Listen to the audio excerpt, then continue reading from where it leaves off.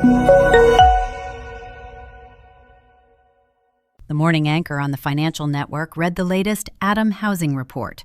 Foreclosure filings were up 14% nationwide.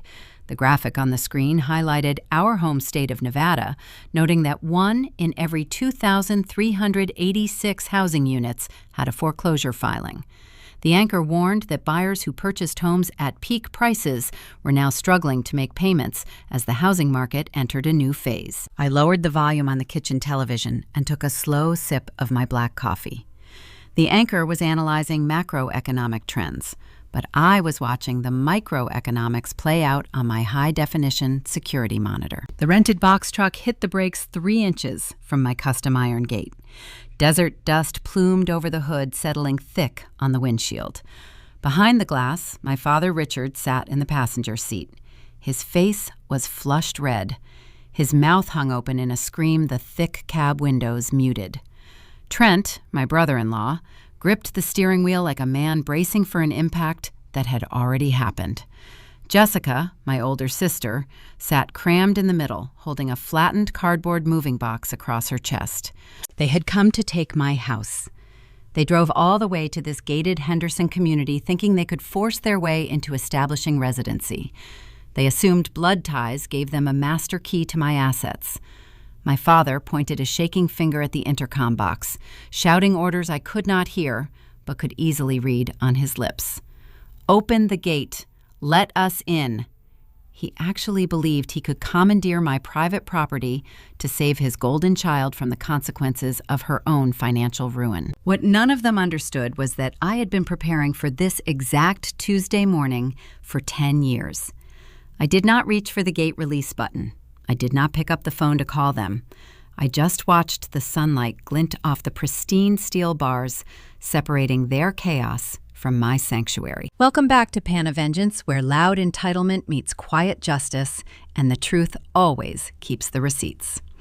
If you have ever been the family punching bag, the one everyone overlooks until they need a favor, tell me your age in the comments and hit subscribe.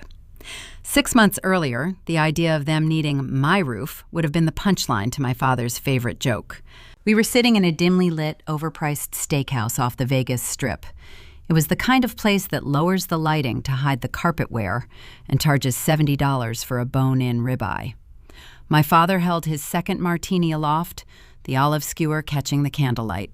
To Jessica and Trent, he announced, his voice carrying over the low hum of the dining room. "To the Summerlin House, $1.5 million, 7 bedrooms, and the ink is dry." My mother Susan tapped her wine glass against his. "It is a gorgeous property. Perfect for entertaining." Jessica sat across from me, leaning into Trent. At 34, she treated her daily routine like a curated museum exhibit. Her hair was blown out to a high-gloss finish, her wrists stacked with gold bracelets that clinked every time she adjusted her napkin. Trent offered a tight, practiced smile. He looked exhausted. Then my father shifted his gaze to me. He lowered his glass, the celebratory warmth draining from his features. A familiar, mocking amusement replaced it. "You should take notes, Leah," he said, a short laugh escaping his throat. "Though, let us be honest, you will never own a home like your sister's." My mother nodded, pushing a spear of asparagus around her porcelain plate. "Your father is right. You need to stop throwing money away on that cramped apartment. Find a nice man. Get some stability." Jessica caught my eye over the rim of her sparkling water. A slow smirk touched the corners of her mouth. "Leave her alone, Mom. She is just jealous. Not everyone understands how to build equity." I did not argue. I did not defend the apartment I had lived in since college. I picked up my steak knife and pressed the blade into the meat, executing a clean, precise cut. As a forensic actuary, my career revolved around separating emotion from raw data. I spent my days dissecting corporate ledgers, finding the hidden rot beneath glossy quarterly reports. The data at this table was simple. They needed to diminish me to validate themselves. My silence was the only answer that required zero energy. "It is a beautiful milestone," I said, my tone flat. Trent signaled the waiter for another Macallan, rubbing the bridge of his nose. The skin around his eyes looked bruised with fatigue. His tailored suit jacket hung slightly loose on his shoulders. "Trent is just tired," Jessica said, waving a manicured hand as if swatting away a fly. "His firm is dealing with some weird SEC audit right now. Everyone in his office is on edge. Just endless, boring paperwork. It is taking away from his bonus structure, but we will survive." I chewed my steak, keeping my eyes focused on my plate. I knew far more about SEC audits than Jessica ever would, but I let the comment pass. 10 minutes later, the waiter arrived with a black leather billfold. Trent reached into his jacket, pulling out a heavy, matte black premium credit card. He tossed it onto the silver tray with a metallic clink. It was a performance, a loud declaration of his credit limit. The waiter vanished into the shadows of the restaurant. When he returned, his posture had changed. The effortless hospitality was gone. He leaned down, shielding the billfold with his body, and whispered something near Trent's ear. Trent's jaw locked. The practiced smile evaporated. He fumbled in his leather wallet, his fingers rigid and uncoordinated. He pulled out a generic blue bank debit card and handed it over without looking the waiter in the eye. My father cleared his throat. The silence at the table grew thick and uncomfortable. Richard reached into his slacks and slid a crisp $100 bill onto the tray. "For the tip," my father muttered, looking at the tablecloth instead of his son-in-law. I placed my linen napkin on the table and watched Trent's knuckles turn white around his empty scotch glass. The Golden children were celebrating $1 million mortgage, but the premium card had just bounced on a dinner tab. I did not need a calculator to see the truth. The math was already fracturing. Over the next 90 days, the reality of my sister's life split into two distinct ledgers. There was the public-facing account, broadcast daily across her social media channels, and there was the private reality, bleeding out in the margins. My profession trained me to ignore the bright colors of a presentation and look for the negative space. The negative space is always where the truth hides. Jessica treated her online presence like a full-time job. Her feed became a relentless exhibition of curated wealth. On a Tuesday, she posted a close-up of her manicured hand resting on a pristine white Italian leather sofa. The caption spoke about the rewards of manifesting your dream life. On a Thursday, she uploaded a sweeping drone shot of the community infinity pool, catching the harsh Nevada sunset, making sure to tag the luxury developer. I sat at my dual-monitor workstation in my apartment, eating plain oatmeal and studying the uploads. The framing of the sofa photo was tight. Too tight. It cut off the edges of the room. If you looked closely at the reflection in the decorative mirror behind her, you could see the adjacent living room walls were bare. No art, no side tables, no rugs. They had drained their liquid cash to purchase the centerpiece item and had nothing left to furnish the rest of the square footage. It was a movie set, built for a single camera angle. The first undeniable crack in their foundation arrived via a frantic text message from my mother. It was a Saturday morning, and I was reviewing regional property tax assessments. My phone buzzed on the desk. Susan had sent me a screenshot of her banking app. The message underneath read, "Leah, how long does it take for a wire transfer to clear from a retirement account to a standard checking account? Jessica has a terrible plumbing emergency and needs $5,000 today to stop the leaking." I stared at the screen. A new build in Summerlin comes with a comprehensive builder's warranty. Even if the warranty was voided, a standard homeowner's insurance policy would cover catastrophic water damage. Furthermore, a household carrying $1.5 million mortgage should possess a basic emergency fund. Plumbers take credit cards. The only reason a 34-year-old woman demands a $5,000 cash wire from her parents' retirement account is if her credit cards are maxed to the limit and the contractors are demanding payment up front. I typed back a sterile reply outlining the standard banking holding periods. I did not ask about the pipes. I knew there was no leak in the walls. The leak was in their bank accounts. The second warning sign appeared 2 weeks later during a mandatory Sunday brunch at my parents' house in the suburbs. The desert heat was already oppressive by 10 in the morning, baking the concrete driveway. I sat on the shaded patio nursing a glass of iced water. My mother was arranging pastries on a silver platter. My father was flipping through a golf magazine. Trent pulled up to the curb 20 minutes late. He usually drove a custom imported luxury SUV. It was his pride and joy, a vehicle he discussed at length during every family gathering. Today, he stepped out of a generic silver sedan. It was a base model, the kind of car you see in rental lots near the airport. My father looked up over the rim of his reading glasses. "Where is the Rover, Trent?" Trent adjusted the collar of his polo shirt, his eyes darting toward the garage before meeting my father's gaze. "Oh, I dropped it off at that specialty shop in Paradise, getting a full ceramic coating and a custom interior detail. They gave me this loaner for the week. The shop is backed up, so it might be a while." Jessica swooped in, kissing my mother on the cheek and changing the subject to a new organic grocery store opening near her neighborhood. They all nodded and moved past the anomaly. I kept my eyes on the silver sedan parked by the curb. As the sun hit the windshield, I noticed a small rectangular barcode sticker placed flush against the lower driver's side corner. It was a fleet tracking tag used by short-term lease agencies. Dealerships hand out branded loaners when you get a car detailed. They do not give you stripped-down fleet vehicles.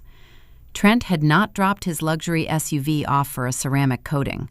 The lease had either been revoked or he had voluntarily surrendered the vehicle to erase the monthly payment and lower his debt-to-income ratio. They were drowning.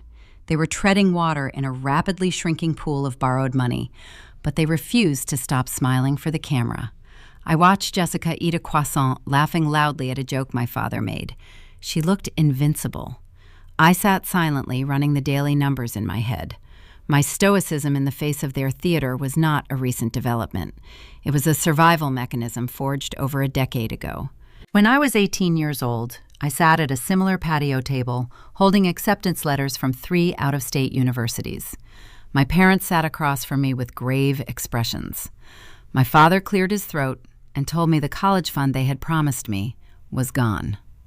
Jessica had just gotten engaged, and she required a destination wedding in Maui. She needed the perfect start to her life. They told me I was smart and resourceful. They told me I could take night classes at the community college and work my way through. They framed it as a character-building exercise for me, rather than a betrayal. That was the exact moment I learned the fundamental operating procedure of the Hamilton family. Love was conditional. Support was transactional. I was not a daughter to be nurtured.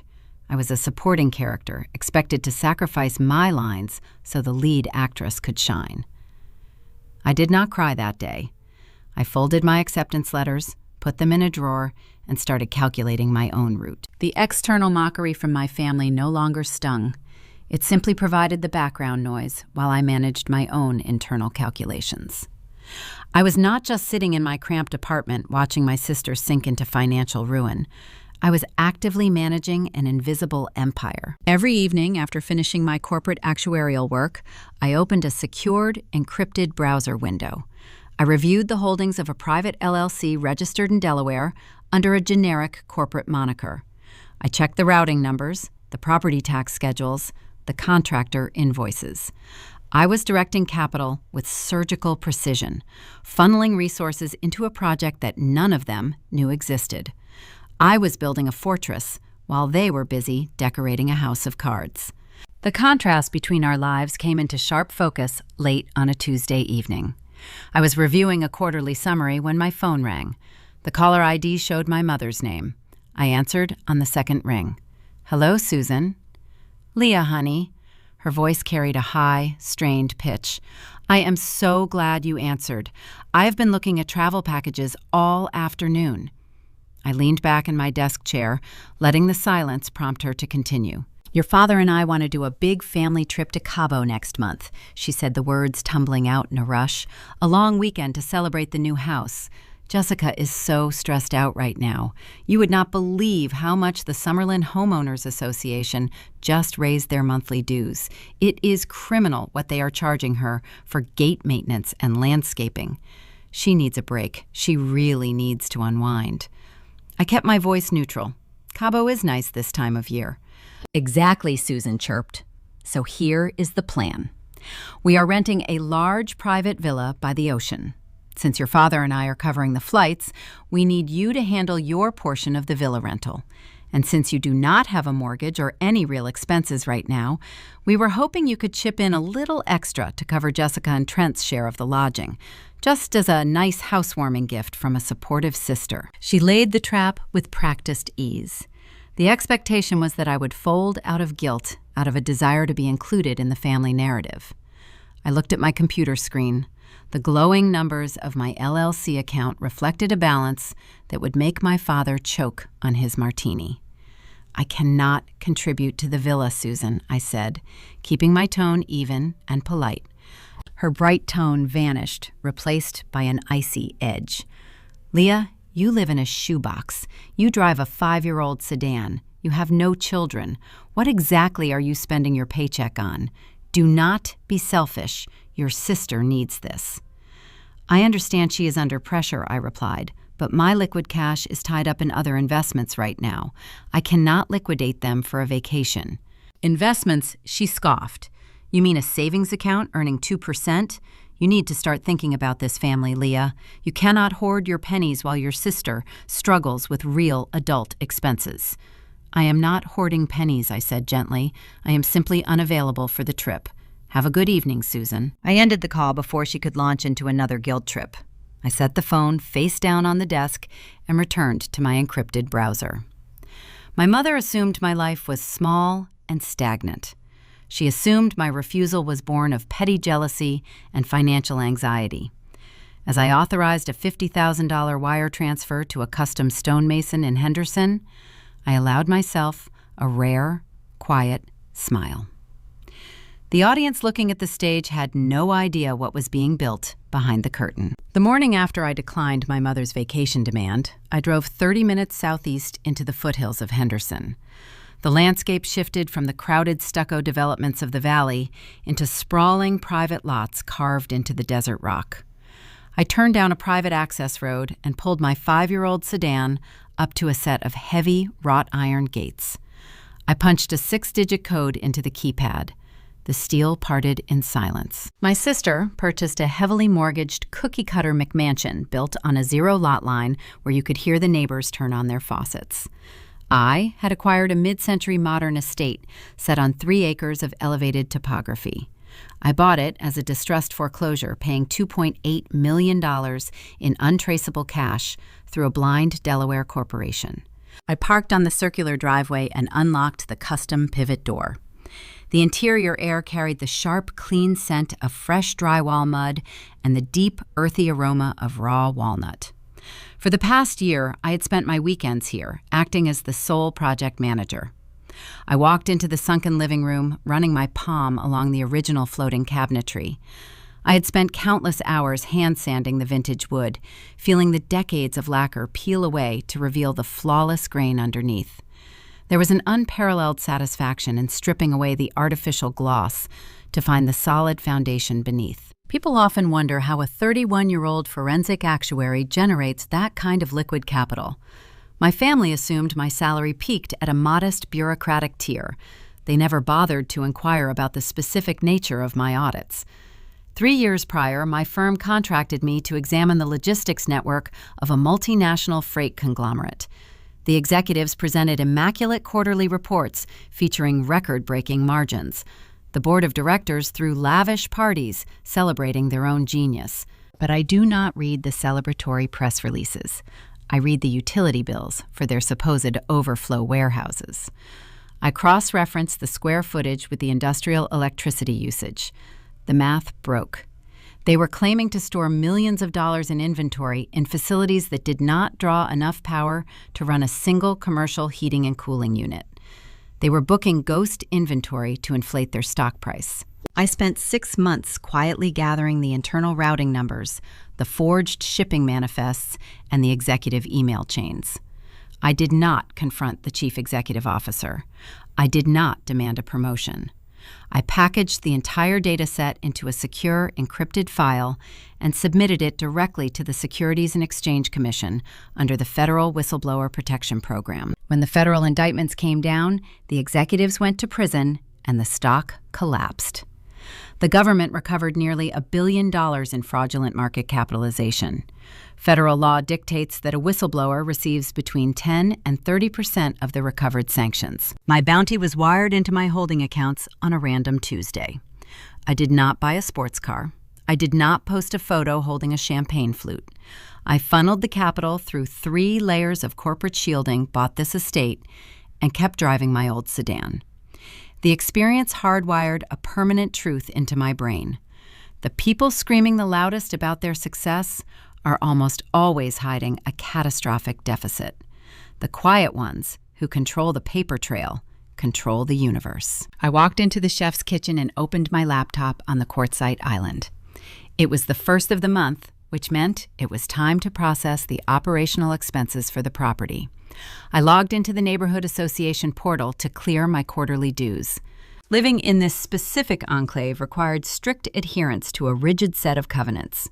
The residents here prioritized privacy above all other amenities. The bylaws were not mere suggestions, they were enforced with military precision. I scrolled past the landscaping guidelines and clicked the checkbox acknowledging the security protocols. The rule was printed in bold, red text. Access to the private drive was restricted to registered resident vehicles and pre-authorized guests.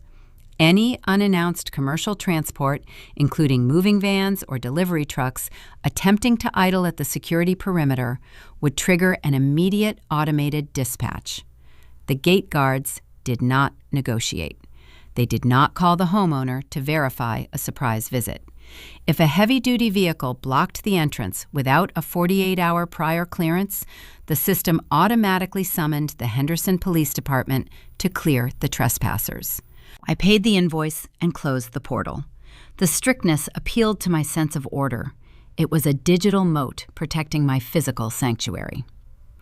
My family thrived on boundary violations and spontaneous emotional ambushes. They believed walking into a room uninvited demonstrated their authority. Here, an uninvited entrance simply generated a police report. By late afternoon, I finished inspecting the newly installed ventilation system and prepared to head back to the city. My phone buzzed in my pocket. The caller ID displayed the name of the property manager at my old apartment complex. I had officially terminated my lease and vacated that cramped unit 2 weeks ago, but I retained a forwarding arrangement for any lingering mail. I answered the call. Leah, the manager, said, his voice lowered into a confused whisper. I am dealing with a situation in the lobby and I needed to verify something. You definitely moved out right. The new tenant took possession on the 1st of the month. That is correct, I replied, locking the deadbolt on my custom front door. I handed over the keys 2 weeks ago. Is there a discrepancy with the deposit? No, the deposit is fine, he stammered. The problem is your sister. I paused halfway down the driveway. What about her? She is standing in the hallway outside your old door demanding to be let in. She told me she brought a box of hand-me-down designer clothes you desperately needed. I told her the unit was occupied by a new renter. She called me a liar and started banging on the door. The new tenant is threatening to call the cops. I gripped the steering wheel of my car. Jessica never visited my apartment. She despised the neighborhood, claiming the parking lot ruined her shoes. For her to drive across town unannounced with a box of old clothes meant the Cabo vacation rejection had stung deeper than I calculated. She was looking for a physical confrontation to reassert her dominance. She needed to look down on my worn carpet and my thrifted furniture to feel better about her own collapsing empire. Did you give her my forwarding address? I asked, my voice dropping an octave. I tried to tell her I do not have one, the manager replied. You only gave me a post office box.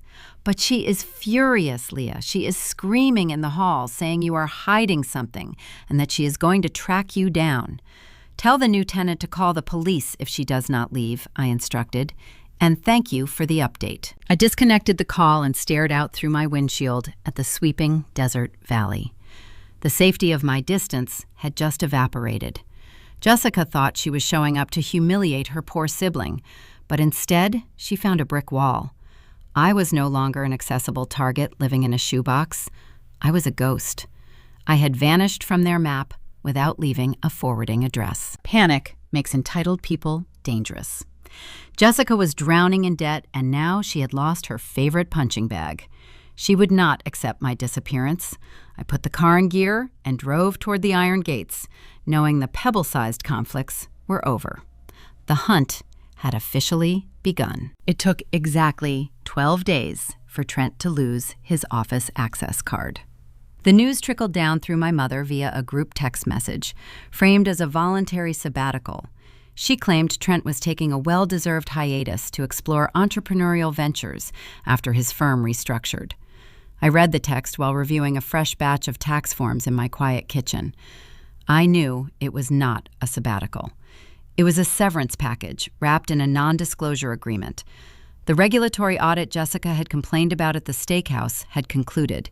What my family did not know was the origin of that investigation.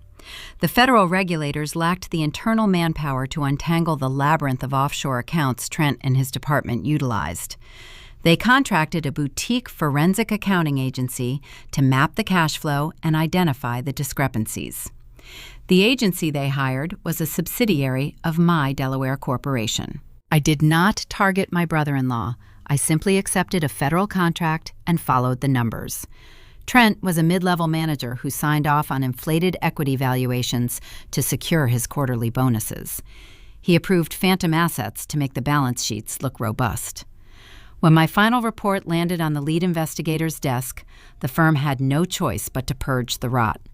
I was the silent architect of his unemployment. My keystrokes erased his unearned salary. Rational people facing a sudden loss of income eliminate discretionary spending. They downsize. They cancel subscriptions. Jessica did the opposite. 3 weeks after Trent lost his paycheck, a heavy cardstock envelope arrived at my post office box. It was an invitation to their 5th wedding anniversary party. The event was fully catered. The dress code was cocktail attire. It was a frantic, transparent attempt to convince their social circle they were still swimming, while the water rapidly filled their lungs. I drove to Summerlin on a Saturday evening. The neighborhood was a maze of identical stucco facades and manicured desert grass. I parked my sedan 2 blocks away to avoid the valet line Jessica had somehow managed to hire on credit.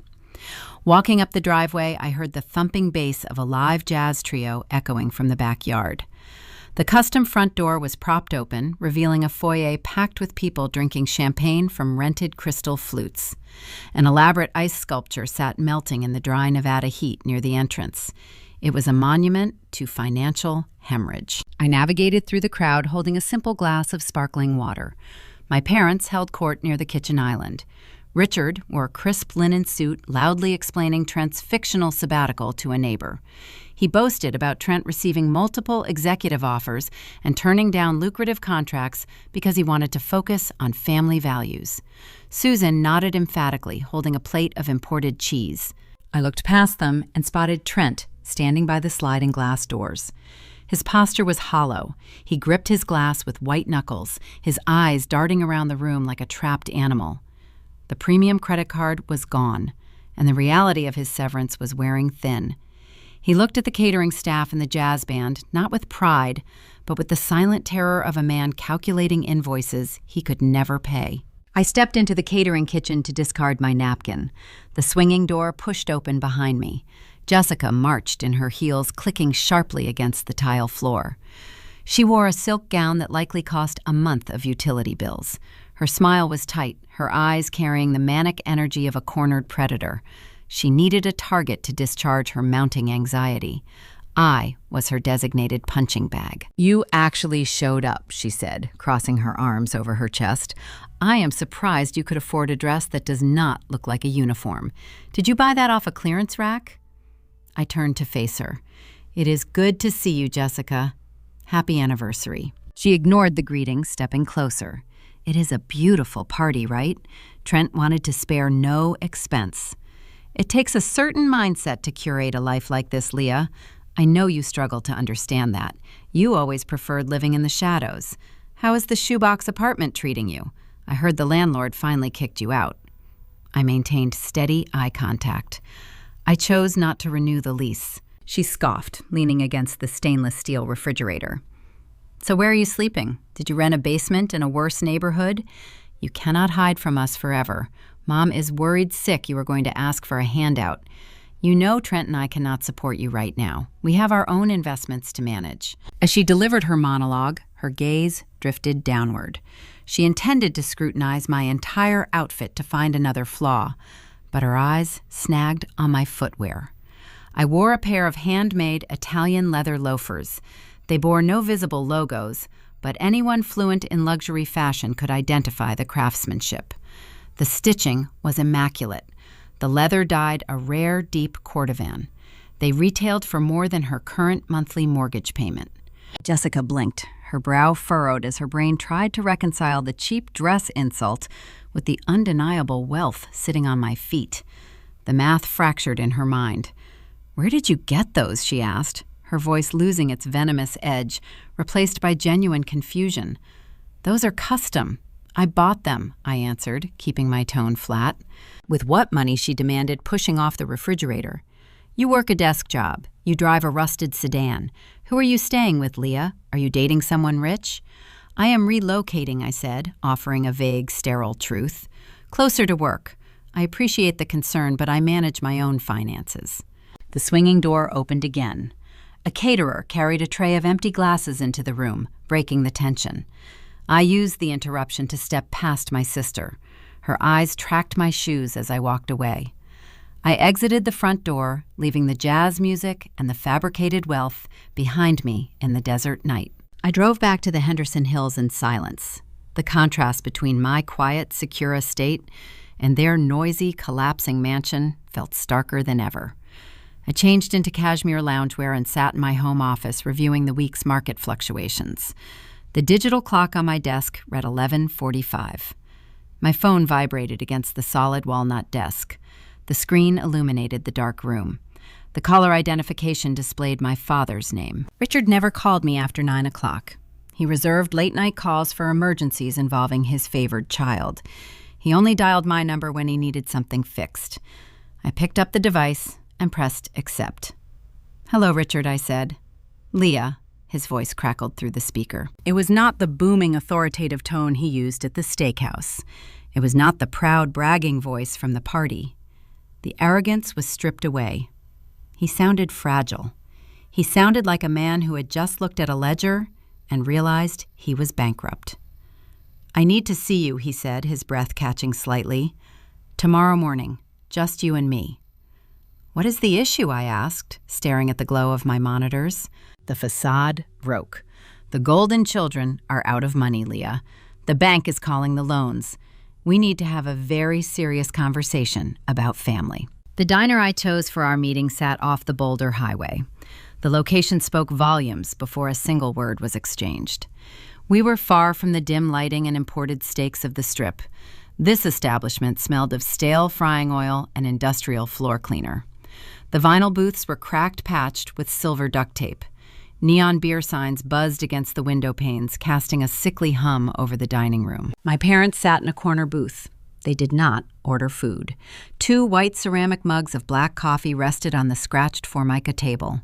When I slid into the seat opposite them, I studied their faces. The polished veneer they wore at the anniversary party had evaporated. Richard looked 10 years older. The skin beneath his eyes sagged dark and bruised with sleeplessness. Susan gripped her ceramic mug with trembling hands.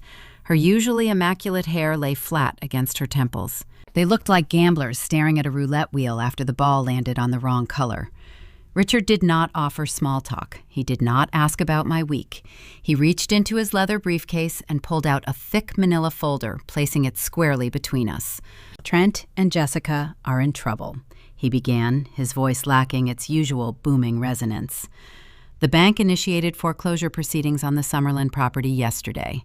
Trent has been out of work for weeks, and their cash reserves are gone. They missed 3 consecutive mortgage payments." I kept my hands folded in my lap. I am aware Trent lost his income. I saw the tracking sticker on his leased sedan. Susan let out a shaky breath. "It is worse than just their mortgage, Leah. Your father and I tried to help them. We wanted to bridge the gap until Trent found another executive position. My forensic training kicked in, piecing the puzzle together, before Richard spoke the words. "You leveraged your own assets," I stated. Richard closed his eyes for a brief second. We took out a home equity line of credit on our retirement house 6 months ago. We pulled out $200,000 to cover Jessica's credit card debt and keep her mortgage afloat. We thought it was a temporary fix, but Trent did not secure a new contract. The adjustable rate on our HELOC triggered last month. Our monthly payment quadrupled. The math settled onto the sticky table. My parents had tied their financial survival to a sinking ship. They were no longer rescuing their golden child. The golden child was dragging them into the abyss. If Jessica defaults, they seize her property, I said, outlining the legal reality. But if you default on the secondary line of credit, the bank will foreclose on your retirement home as well. We lose everything, Susan whispered, a tear escaping her eye. We will be out on the street. Richard tapped the manila folder, which is why we need a solution. I found a private lender willing to issue a short-term bridge loan. It will consolidate the HELOC and catch up Jessica's arrears, giving us 12 months to sell the Summerlin house and recover our equity. He flipped the folder open.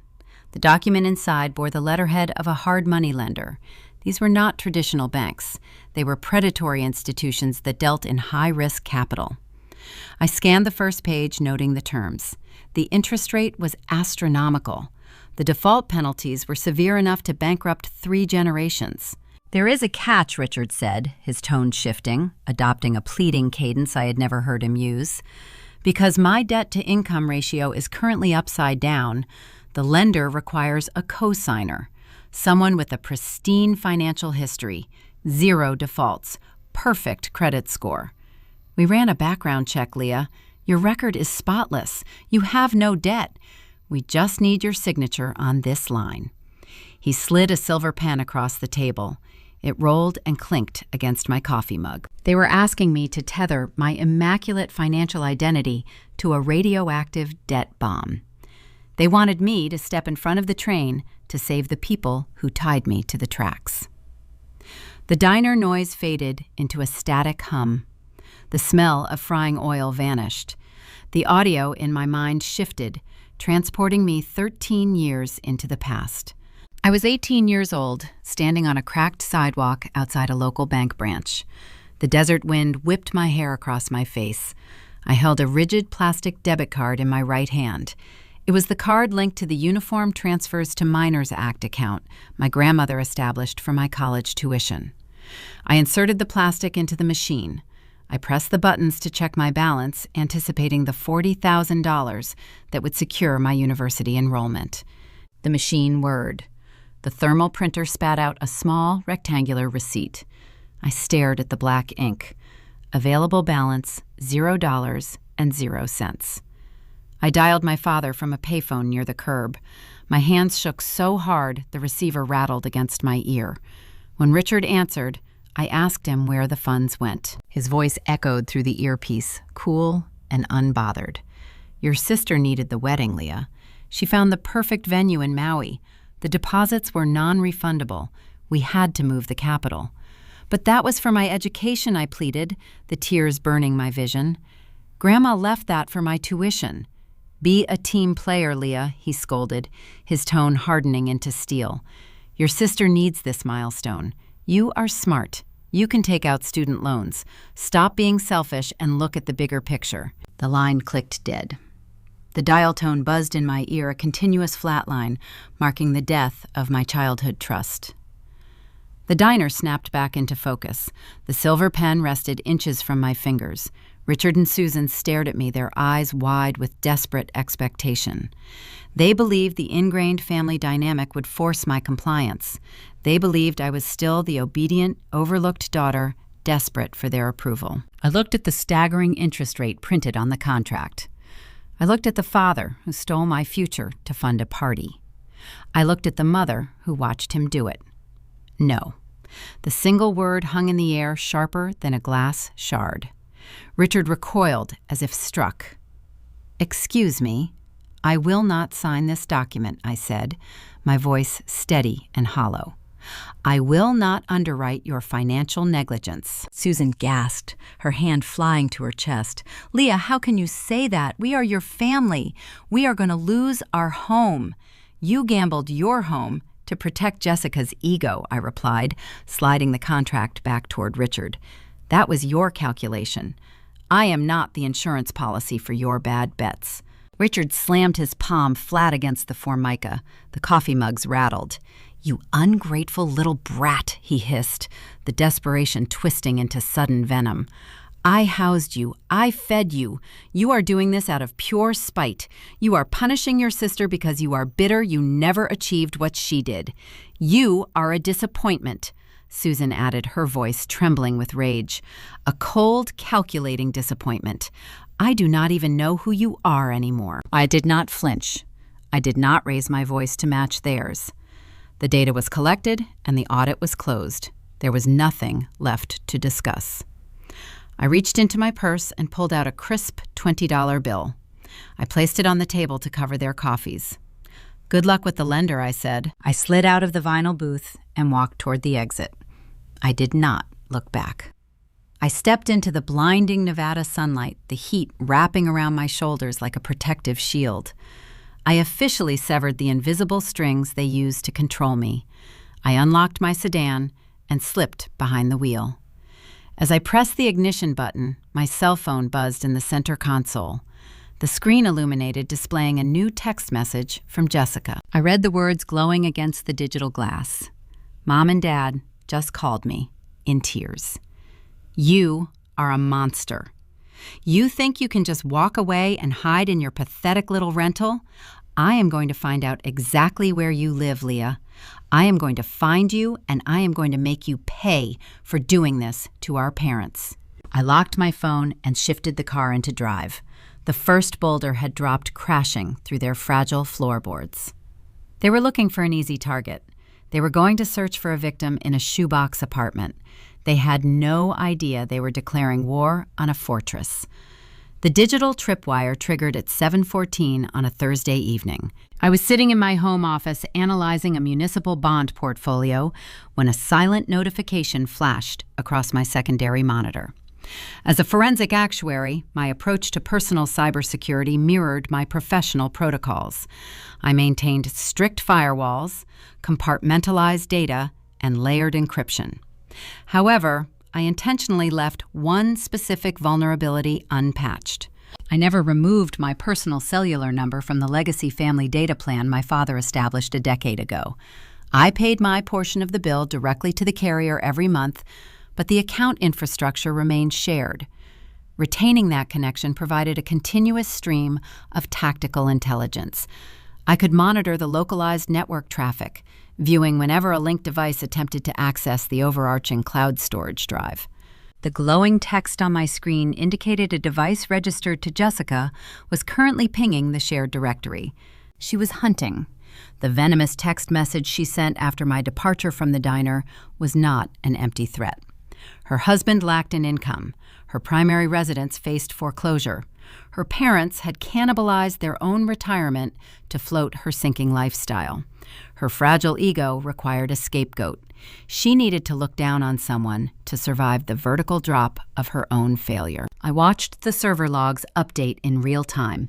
She was attempting to locate my physical address by scanning old utility bills and digital receipts stored in the family archives. If I blocked her device, she would escalate her erratic behavior. Desperate individuals become unpredictable when you sever their access to information. Instead of locking the door, I decided to curate the room she was breaking into. I opened a separate encrypted browser tab and navigated to a public real estate indexing site. I filtered the search parameters for the lowest tier of housing available in the Las Vegas Valley. I bypassed the standard apartments and zeroed in on a decaying sector of North Las Vegas. I found the perfect candidate. It was a cinder block duplex situated adjacent to an industrial train yard. The listing photographs showcased peeling yellow linoleum, stained beige carpets, and a rusted security screen door. The front window offered a panoramic view of a pawn shop parking lot. I downloaded the property brochure as a portable document format. I renamed the file Leah Relocation Budget Final and deposited it directly into the shared cloud folder Jessica was currently rummaging through. Next, I navigated to the cellular provider portal. I altered the primary mailing destination for my specific phone line. I routed the billing address to my actual Henderson estate, but I attached a fictional commercial suite number and listed the recipient as Desert Prestige Property Management. I leaned back in my ergonomic chair and watched the trap snap shut. The server logs indicated Jessica opened the Zillow document. 3 minutes later, the cellular dashboard showed an outgoing call from her device to my mother. The conversation lasted 47 minutes. I did not need to wiretap the line to understand the dialogue. I could map the psychology of the exchange with mathematical certainty. Jessica found the photographs of the decaying cinder block duplex. A rush of euphoric relief washed over her. She convinced herself the peeling linoleum and the rusted security door represented my current reality. It validated her entire worldview. Her sister was a peasant living in squalor. But the Henderson billing address presented a secondary puzzle. Jessica possessed a rigid, unimaginative mind. She pieced together a flawed, comforting narrative to explain the discrepancy. She concluded I slept in the North Las Vegas slum, but collected my mail at a wealthy employer's residence.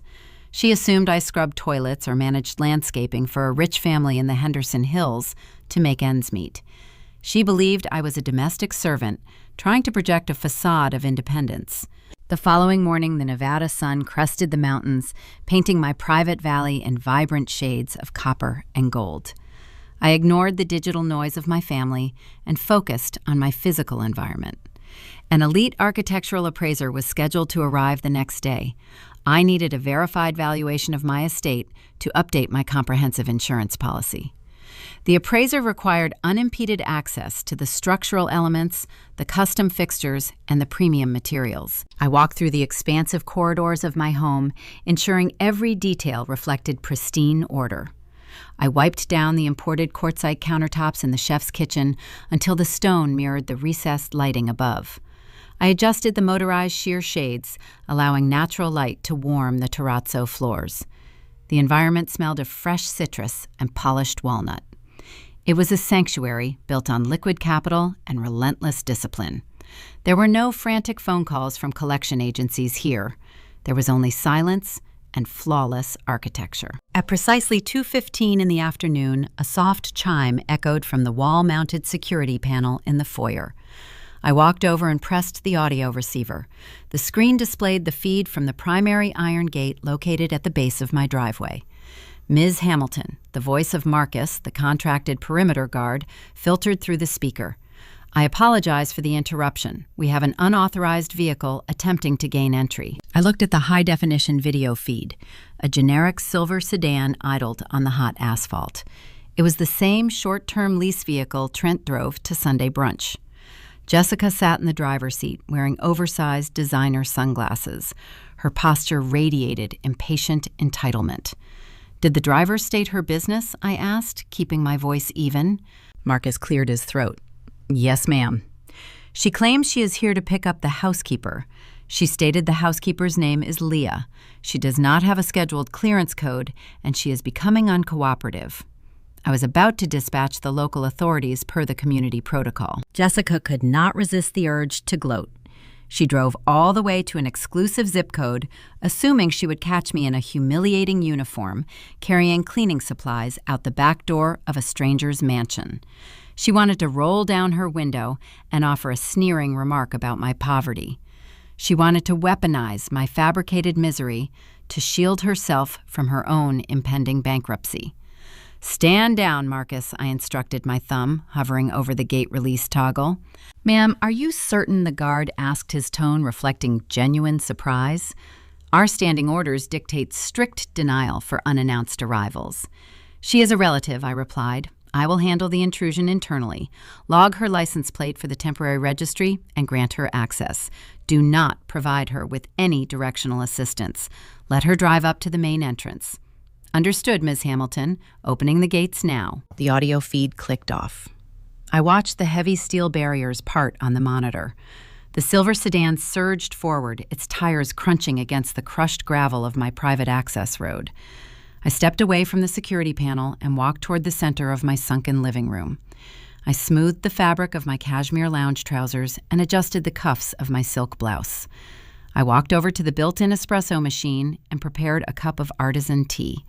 The ceramic cup warmed my palms. The digital tripwire had done its job.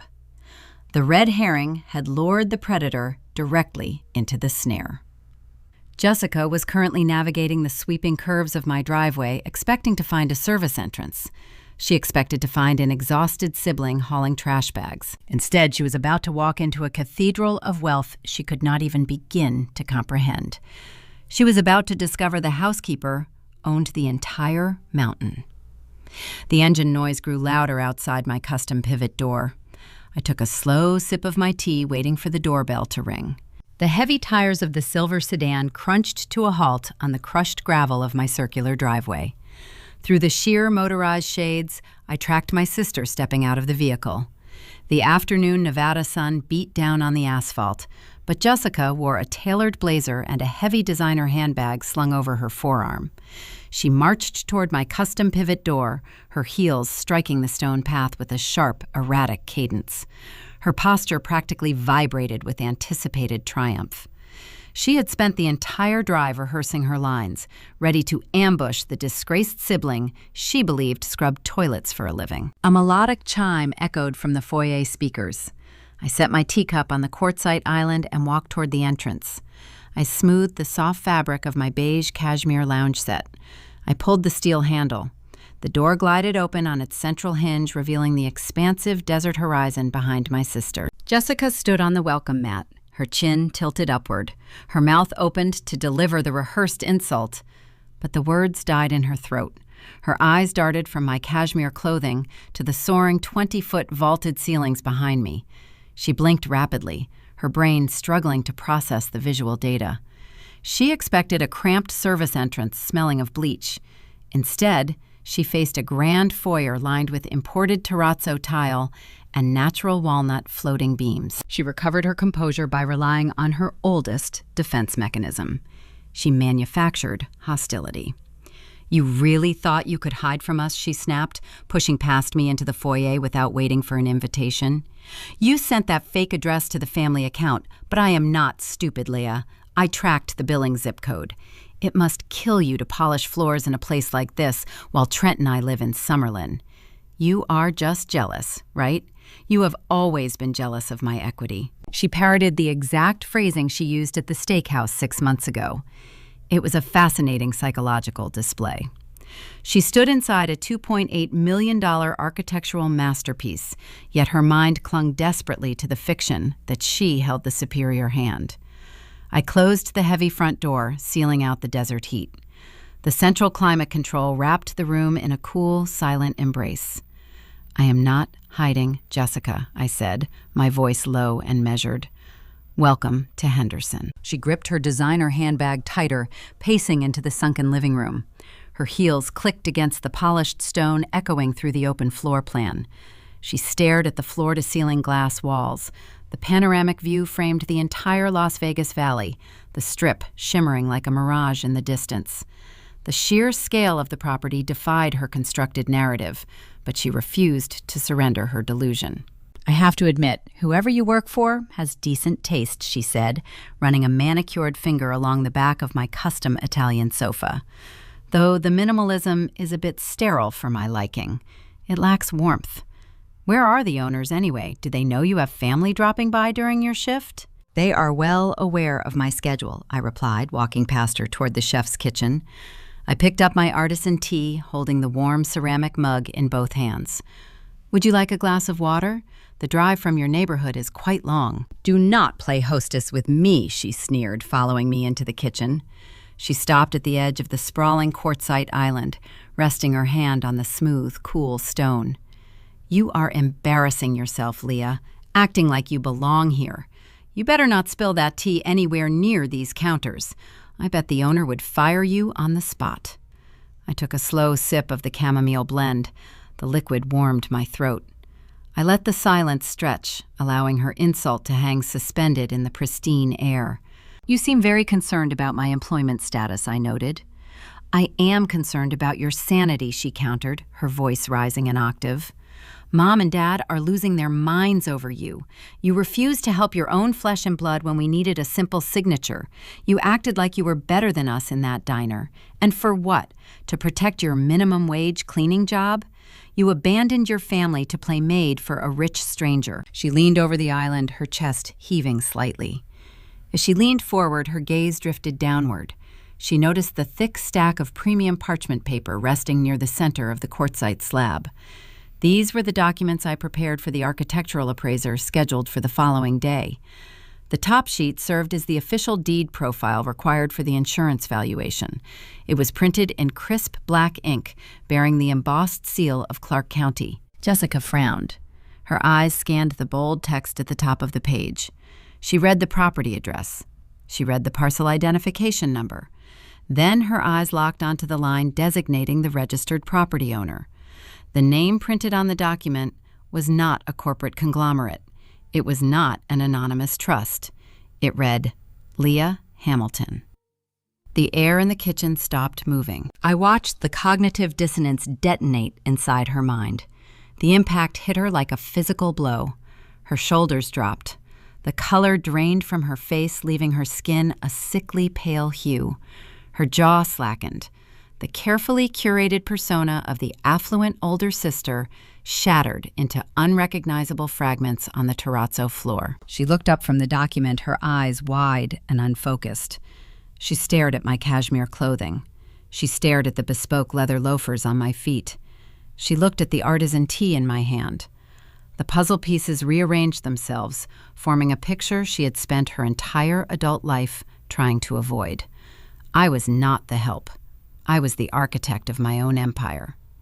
This, she stammered, pointing a trembling finger at the parchment. This is fake. You printed this to trick me. You know it is real, Jessica, I said, setting my mug down with a soft click. You know exactly what a county deed looks like. You signed one for your Summerlin property before the bank initiated foreclosure. She flinched, as if I had struck her across the face. The mention of her foreclosure dismantled her final defense. She took a step back, her expensive heels catching awkwardly on the stone tile. She bumped into a walnut bar stool, her hands flying out to steady herself. How she breathed the word, barely a whisper. How did you afford this? I did not answer the question. I did not owe her a breakdown of my corporate audits or my federal whistleblower bounty. I let the silence serve as the only explanation she deserved. The void of information terrified her more than the truth ever could. Her breathing grew shallow and rapid. Panic replaced the shock. For her entire life, she defined her worth by her financial superiority over me. If I owned this estate, she was nothing. Her luxury vehicles, her expensive handbags, her catered anniversary parties were all cheap illusions compared to the fortress I stood inside. Instead of apologizing for her insults, she reverted to her core programming. She reached into her handbag and pulled out her smartphone. Her fingers shook, making her drop her keys onto the floor in the process. She ignored them, tapping the screen with frantic urgency.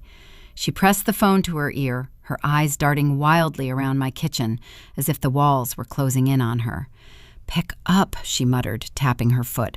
"Pick up the phone." Richard answered on the third ring. I could hear the faint murmur of his voice through the receiver. "Dad!" Jessica shrieked, her voice shrill and hysterical. Her composure vanished entirely. "You need to get here. You need to get here right now." She paced away from the island, walking toward the floor-to-ceiling windows. She babbled into the phone, her words overlapping in a chaotic stream of consciousness. She described the gates, the driveway, the square footage, and the deed resting on the counter. She sounded like a woman reporting a crime. To her, my success was exactly that. It was an unforgivable theft of her spotlight. I did not interrupt her frantic broadcast.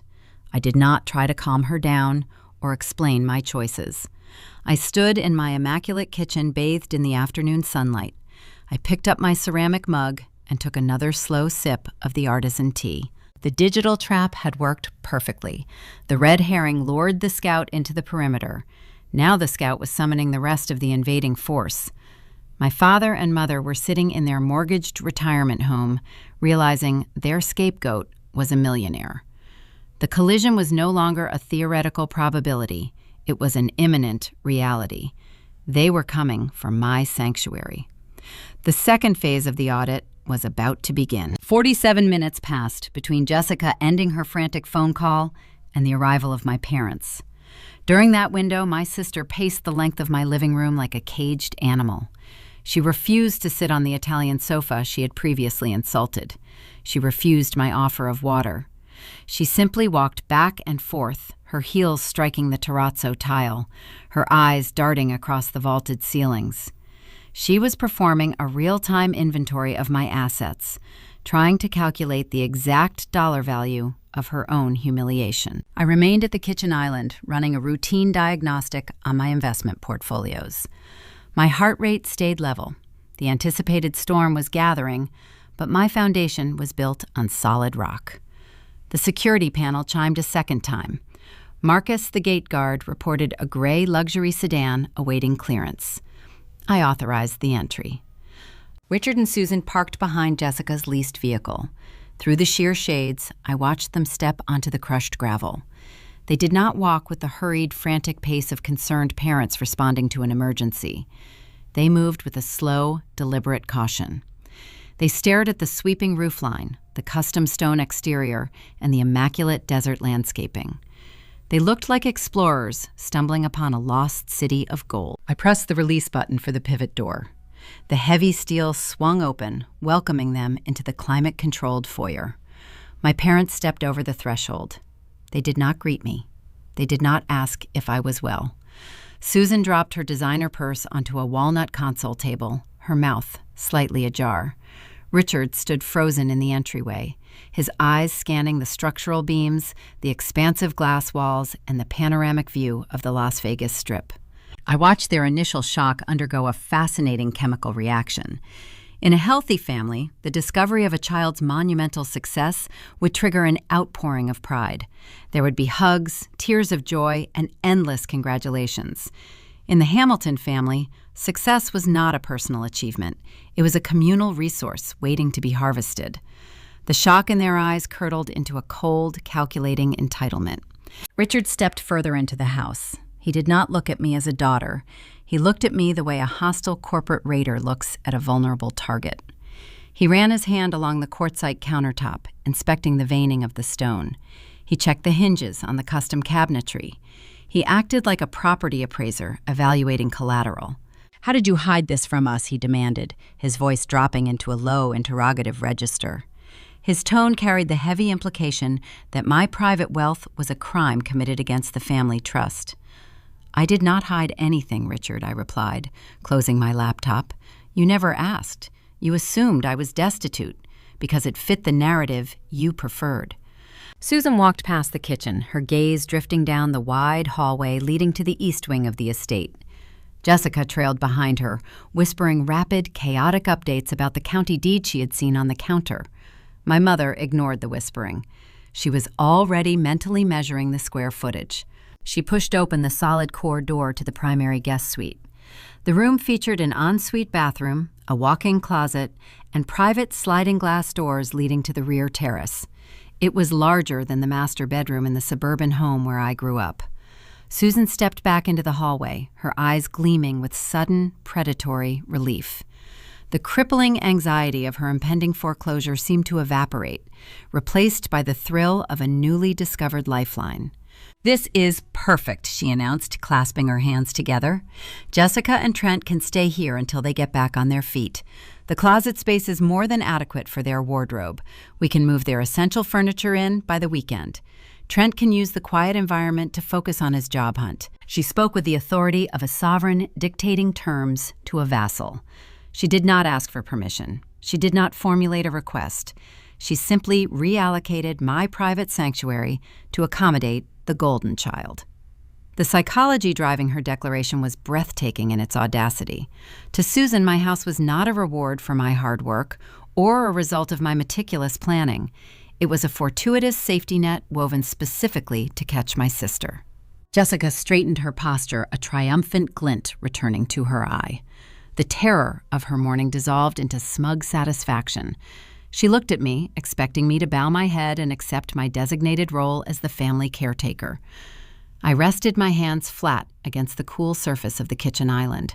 I held my mother's gaze, ensuring my voice remained steady and devoid of emotional inflection. "Absolutely no one is moving in," I stated. The silence that followed was heavy and suffocating. Susan blinked rapidly, her triumphant smile collapsing. "What did you just say?" Susan asked, stepping away from the guest corridor. Her tone suggested I had spoken in a foreign language. "I spoke clearly, Susan," I answered. "This is a private residence. It is not a hotel. It is not a halfway house for financially irresponsible adults. Jessica and Trent are not crossing this threshold with their boxes." Richard abandoned his inspection of the cabinetry. He marched toward the center of the kitchen, his face darkening with a sudden, volatile fury. The polite veneer he wore during his bridge loan presentation at the diner burned away, leaving only the raw entitlement underneath. "You listen to me, Leah," he ordered, pointing a rigid finger at my chest. "We are facing financial ruin. Your sister is about to lose her home. We leveraged our retirement to save her, and now we are on the brink of losing everything. You are standing in a multi-million-dollar fortress that you bought in secret. You have guest rooms collecting dust." "That is correct," I replied, refusing to break eye contact, "and those rooms will remain empty." "How can you be so callous?" Jessica shrieked, stepping out from behind our mother. "You have more than enough space. You are hoarding all this wealth while we are drowning. We are your family." "You were not my family when you drained my college tuition to pay for a destination wedding," I countered, my voice remaining icy and level. "You were not my family when you mocked my apartment and told me I was a failure. You were an audience, watching me struggle and enjoying the show. My wealth is not a communal asset. It is the direct result of my labor and my risk." Richard stepped closer, closing the physical distance between us.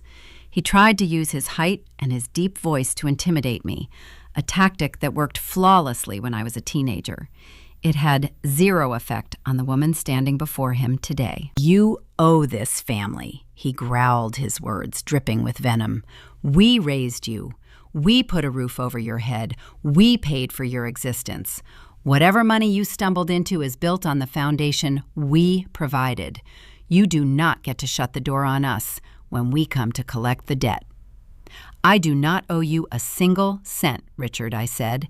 "Every financial obligation was settled the day I turned 18, and you zeroed out my grandmother's trust." Richard's jaw clenched, his teeth grinding audibly. The mention of the stolen trust fund did not spark remorse. It sparked a dangerous, calculating rage. He looked around the immaculate kitchen, taking in the high-end appliances and the imported stone. He was a drowning man who had just located a life raft, and he was not going to let the owner deny him a seat. "If you think you can just turn your back on us, you are gravely mistaken, Leah," he said, his voice dropping into a chilling whisper. "We are not going to end up on the street while you live like a queen. This is not over. I will find a way to make this right, even if I have to take it from you myself." He grabbed Susan by the elbow and turned toward the foyer. Jessica followed, close behind her heels dragging against the stone tiles. They marched out the custom pivot door, leaving it wide open behind them. The desert heat spilled into the cool air of my entryway. I walked forward and pulled the heavy steel shut. The latch clicked, locking them outside the perimeter. I stood in the silent foyer processing the explicit threat my father just delivered. He did not view my refusal as the end of the negotiation.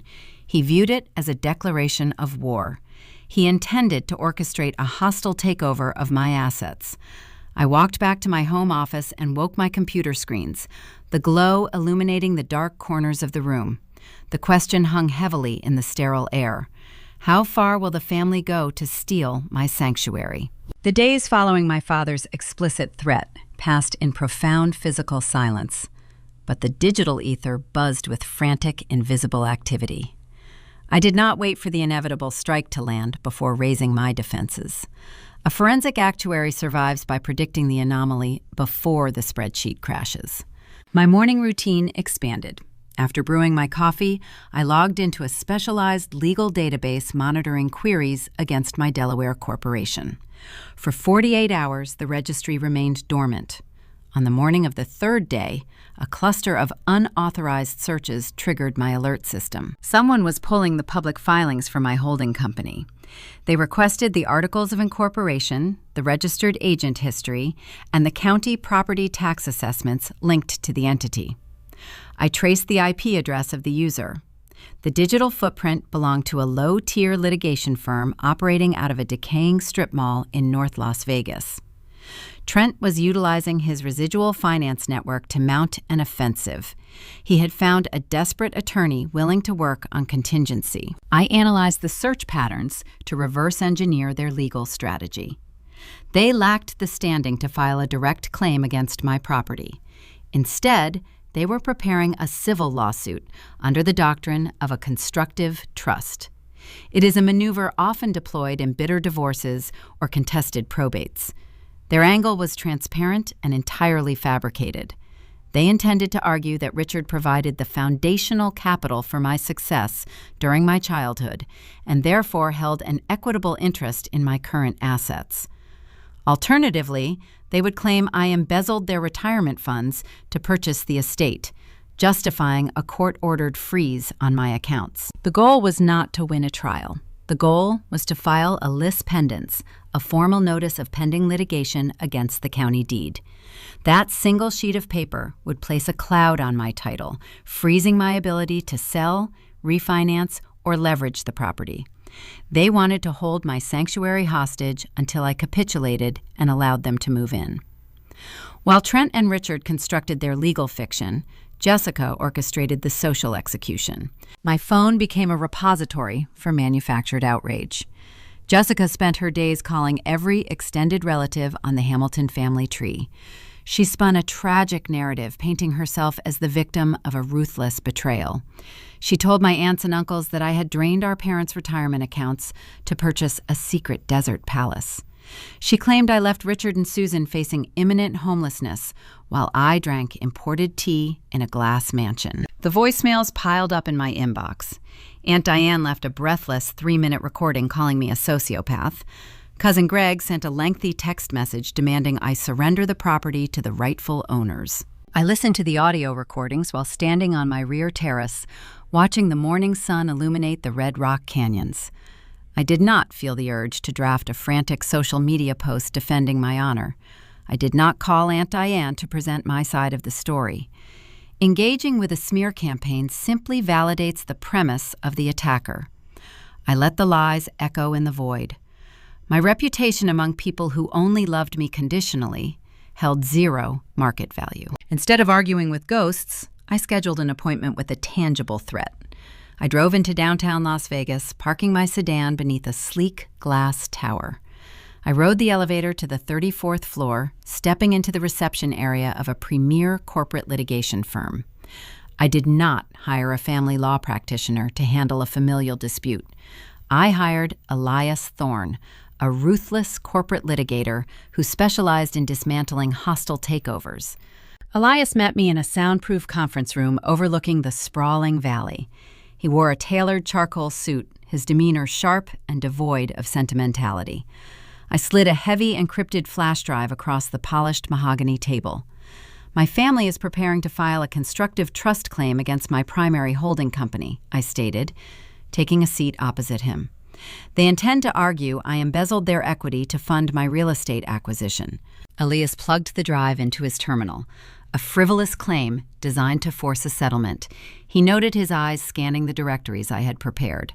We can file an immediate motion for summary judgment and pursue sanctions against their counsel for filing a baseless suit. We are not just going to defend the asset, Elias, I said, keeping my voice perfectly level.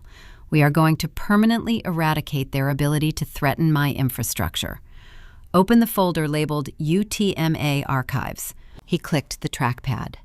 A series of high-resolution scanned documents populated the screen. The file contained 9 years of my immaculate tax returns, alongside the unredacted settlement documents from the Securities and Exchange Commission. The federal paperwork proved the exact origin of my wealth, tying every cent of the $2.8 million purchase directly to my whistleblower bounty. The paper trail was an impenetrable titanium wall against their embezzlement claims. But a shield is only half of a tactical equation. I needed a sword. Look at the banking slips dated 13 years ago, I instructed. Elias opened the specific images. They were withdrawal slips from a regional bank branch. The account type was clearly marked as a Uniform Transfers to Minors Act custodial fund. My grandmother had seeded the account before her passing, intended solely for my university tuition. Richard Hamilton was the designated custodian, I explained. Under Nevada and federal statutes, a custodian possesses a strict fiduciary duty. They cannot commingle those funds or utilize them for personal expenses. When I was 18, Richard walked into that branch and liquidated the entire $40,000 balance. He transferred the capital directly into a vendor account to pay for my sister's destination wedding. Elias leaned forward, his eyes narrowing as he read the signatures on the scanned slips. The ink clearly matched Richard's handwriting. "You obtained the original archival records," Elias murmured, a hint of genuine respect coloring his tone. "This constitutes grand larceny. It is a textbook breach of fiduciary duty. Because the initial capital originated from your late grandmother, an aggressive prosecutor could potentially frame this as elder financial abuse." I nodded. My father believes he can weaponize the legal system to steal my home. He assumes my childhood silence translates to adult vulnerability. "I want you to draft a comprehensive countersuit, compile the evidence of the UTMA theft, prepare a formal criminal referral for the district attorney outlining the grand larceny." Elias typed rapidly, his keystrokes echoing in the quiet room. "And the ultimate goal of this countermeasure? When they attempt to execute their hostile takeover, I want to hand them an anvil," I replied. "We will present them with a choice. They can drop their fabricated constructive trust lawsuit immediately and sign a permanent no-contact order, or we submit the criminal referral and Richard faces a felony indictment for stealing his daughter's inheritance." A cold, calculated silence filled the conference room. Elias reviewed the SEC payout documents and the forged withdrawal slips. He was looking at a flawlessly engineered trap.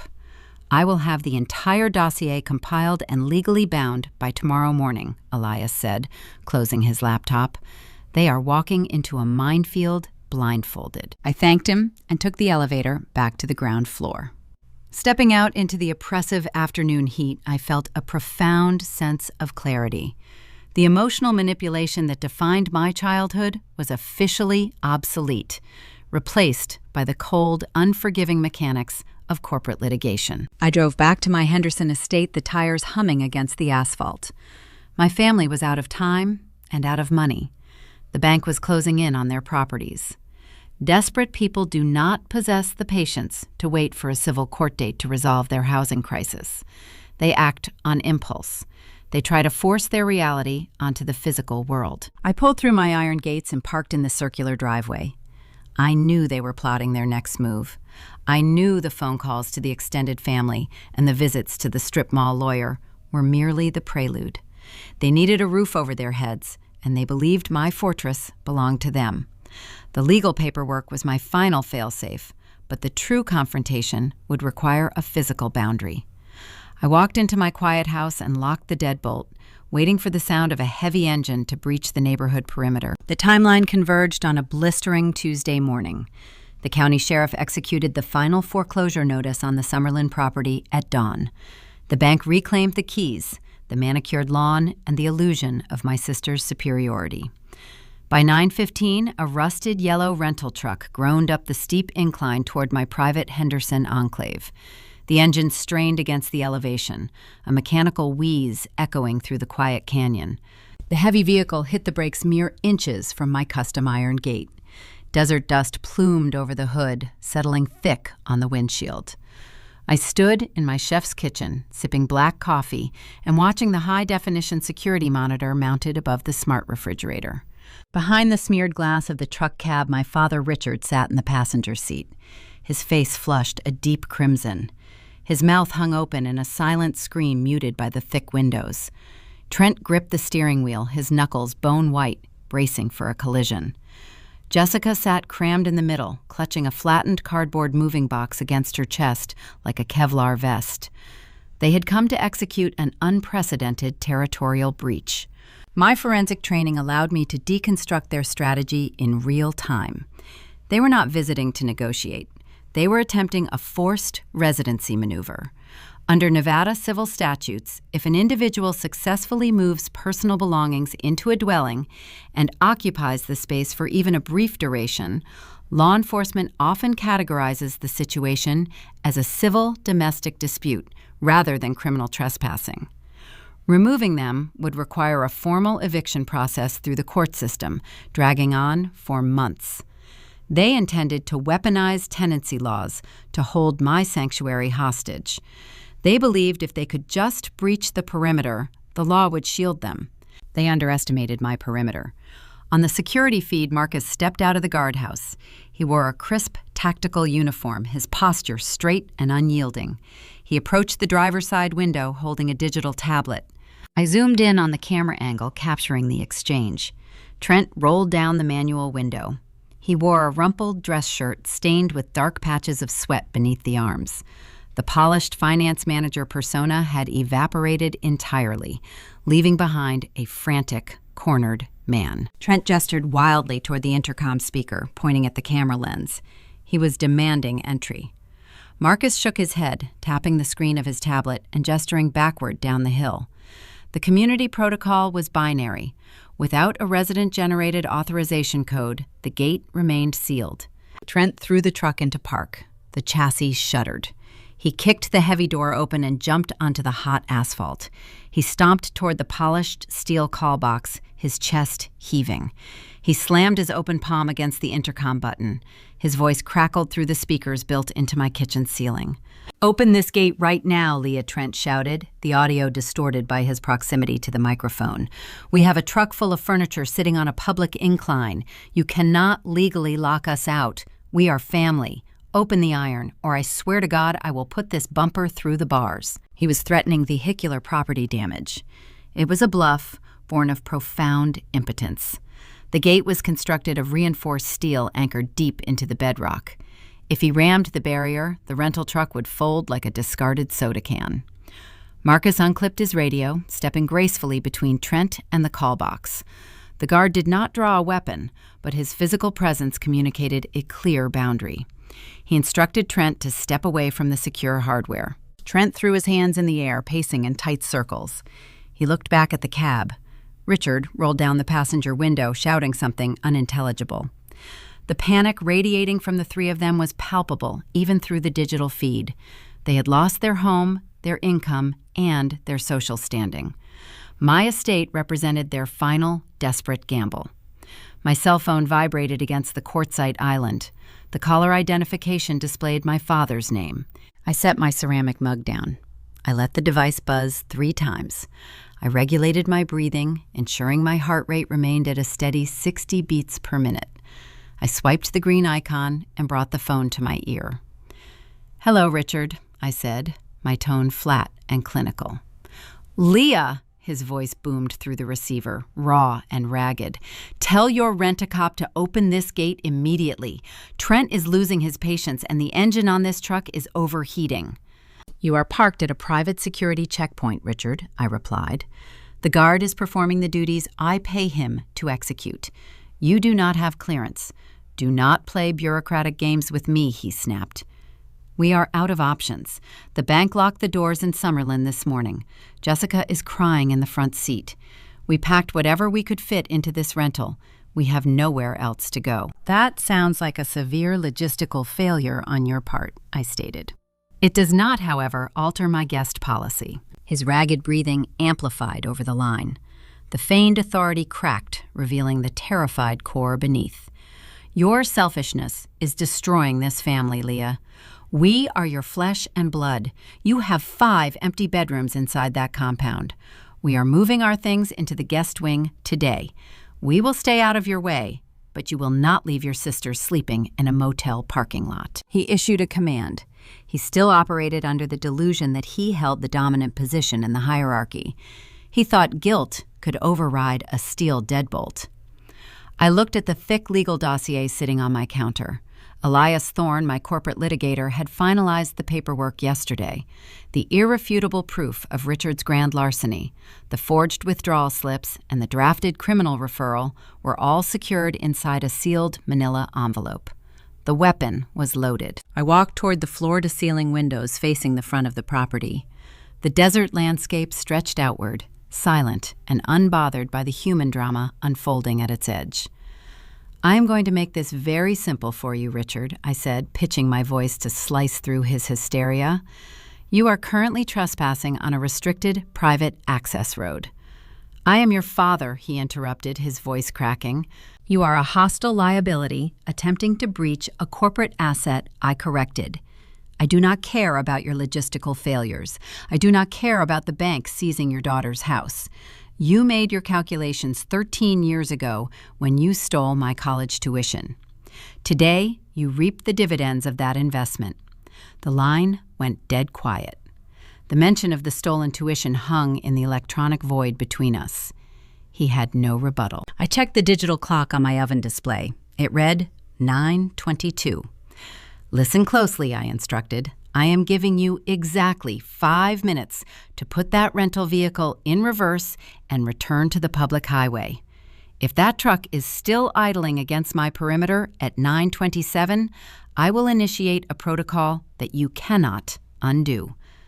"What protocol?" he stammered, the false bravado finally bleeding out. "The kind that requires handcuffs," I answered. 5 minutes, Richard. The clock is running." I terminated the call. I did not wait for his response. I placed the phone back on the stone counter and picked up my coffee. On the security monitor, I watched Trent kick the front tire of the truck in a futile display of frustration. Richard remained frozen in the passenger seat, staring straight ahead through the dusty windshield. They were balancing on the edge of a precipice.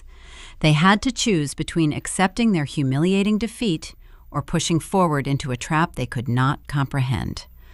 The Nevada sun beat down on the yellow hood of their truck. I stood in the cool, air-conditioned sanctuary of my home, waiting to see who would blink first. Would they retreat into the desert, or would they force me to deliver the killing blow? The digital clock on my oven display shifted to 9:27. The 5-minute grace period expired. I did not wait for the intercom to chime again. I picked up the thick manila envelope resting on the quartzite island. It contained the legal payload Elias Thorne prepared the previous afternoon. The heavy parchment felt substantial in my hands. It carried the weight of a decade of silent observation, forged into an impenetrable shield. I walked past the sunken living room and pressed the release pad for the front entrance. The custom pivot door glided open on its silent hinges. I stepped out of the climate-controlled sanctuary of my foyer and into the stark reality of the Nevada morning. The desert heat enveloped me instantly, a dry, oppressive blanket pressing against my cashmere clothing. I did not flinch. I began the long descent down my sweeping driveway. The crushed gravel crunched beneath the soles of my bespoke leather loafers, providing a steady, rhythmic cadence that marked my approach. My posture remained perfectly aligned. I did not rush. A person holding the winning hand never needs to sprint. From my elevated vantage point, the scene at the perimeter looked like a theatrical tragedy staged for an audience of one. The rusted yellow moving truck idled on the asphalt just beyond my property line. The exhaust pipe spewed a thin stream of gray smoke, polluting the crisp canyon air. It was a flawless visual representation of their entire existence. They were loud, inefficient, and leaking toxic residue wherever they parked. I approached the primary security checkpoint. Marcus stood a few feet from the call box, his tactical uniform immaculate, his posture reflecting vigilant readiness. He offered a curt, respectful nod as I drew near, stepping back to grant me unimpeded access to the wrought iron barrier. I stopped 18 inches from the steel gate. The spatial juxtaposition was striking. On my side of the bars, the landscape represented meticulous order. Symmetrical rows of drought-resistant flora lined the paved borders. The air smelled of blooming sage and warm stone. The architecture of my life was clean and solvent. On their side, chaos reigned supreme. The dust kicked up by their erratic, unannounced arrival coated the bumper of their rented vehicle. Trent stood near the front grille, his face flushed a mottled crimson. He breathed heavily, his chest heaving under his sweat-stained dress shirt. He looked like a man who had sprinted a grueling marathon only to find the finish line locked behind a bank vault. His eyes darted toward me, filled with a mixture of resentment and profound desperation. Inside the truck cab, Jessica pressed her face against the passenger window. Tears streamed down her cheeks, ruining her expensive cosmetic foundation. I recognized the performance instantly. She deployed those exact tears when she wanted a designer handbag in high school. She utilized that same weeping routine when she demanded the extravagant destination wedding that drained my college fund. They were weaponized droplets, manufactured solely to extract pity and paralyze logic. They held zero currency here. Richard stepped out of the cab, his boots hitting the pavement with a heavy thud. He walked around the hood of the truck, placing himself directly in front of me, separated only by the vertical iron bars. He straightened his spine, puffing out his chest. He prepared to deploy his ultimate psychological weapon. It was the authoritative baritone dad voice. "Leah, open these gates right now," Richard commanded, his tone dropping an octave, vibrating with practiced paternal sternness. "We are done playing these games. You are going to let your sister inside, and we are going to unpack this truck. You will not disrespect us in front of the neighbors. Stop this nonsense and open the perimeter." 13 years ago, that specific vocal pitch would have frozen the blood in my veins. It was the voice that told me to stop being selfish when he stole my future. It was the voice that dictated the hierarchy of our household, placing me firmly at the bottom beneath the golden child. Today, it sounded entirely hollow. It was a broken radio broadcasting a dead frequency into an empty room. I did not raise my hands. I did not argue or attempt to explain my position. Explanations are gifts reserved for people who respect your boundaries. I simply lifted the manila envelope and slid it through the narrow vertical gap between the wrought iron bars. Richard blinked, looking down at the heavy paper protruding from the steel. For a fraction of a second, his aggressive expression softened. His flawed logic led him to assume I was capitulating to his authority. He likely thought the envelope contained a spare key, a temporary access badge, or a guest lease agreement. He reached out and grasped the paper, pulling it onto his side of the boundary. "What is this?" he asked, his brow furrowing as he felt the thick rigidity of the documents hidden inside. "It is a formal cease and desist order," I stated, my voice smooth and devoid of any emotional tremor. "It is paired with a criminal trespassing warning, filed and registered with the Henderson Municipal Court. If you or your son-in-law attempt to bypass this barrier, scale the perimeter wall, or harass my security personnel, the local authorities will arrest you and impound your rental vehicle." The color drained from his face, leaving a pale, sickly hue beneath his desert sunburn. The commanding dad voice evaporated, replaced by a breathless stutter. "You cannot serve us with legal papers, Leah," he stammered, his fingers trembling against the smooth manila folder. "We are your family. We raised you." I looked directly into his eyes, stripping away the final layer of our shared fiction. "You are not family right now." I said the words, slicing through the dry air like a surgical scalpel. "You are hostile liabilities attempting to breach a private corporate asset." The cold legal terminology struck him harder than a physical blow. I stripped away the emotional leverage he relied upon and replaced it with unforgiving corporate jurisprudence. He knew how to manipulate a daughter through guilt, but he possessed no strategy to argue with a designated corporate officer defending a fortified holding company. Inside the truck, Jessica pushed the heavy door open and stumbled onto the asphalt. Her performative weeping ceased instantly, replaced by a shrill, desperate panic. She marched up to the gate, gripping the dark iron bars with her manicured hands. Her knuckles turned white from the strain. "You cannot do this to us, Leah," Jessica shrieked, her voice echoing sharply off the surrounding canyon walls. "We are blood. Blood is thicker than water." She hurled the tired cliché like a grenade, expecting the sentimental phrase to shatter my defenses. She genuinely believed shared genetics granted her a perpetual pardon for a lifetime of cruelty, theft, and unmitigated arrogance. I looked at her white-knuckled grip on the steel bars. I looked at the ruined makeup streaking her face and the terrified realization dawning in her eyes.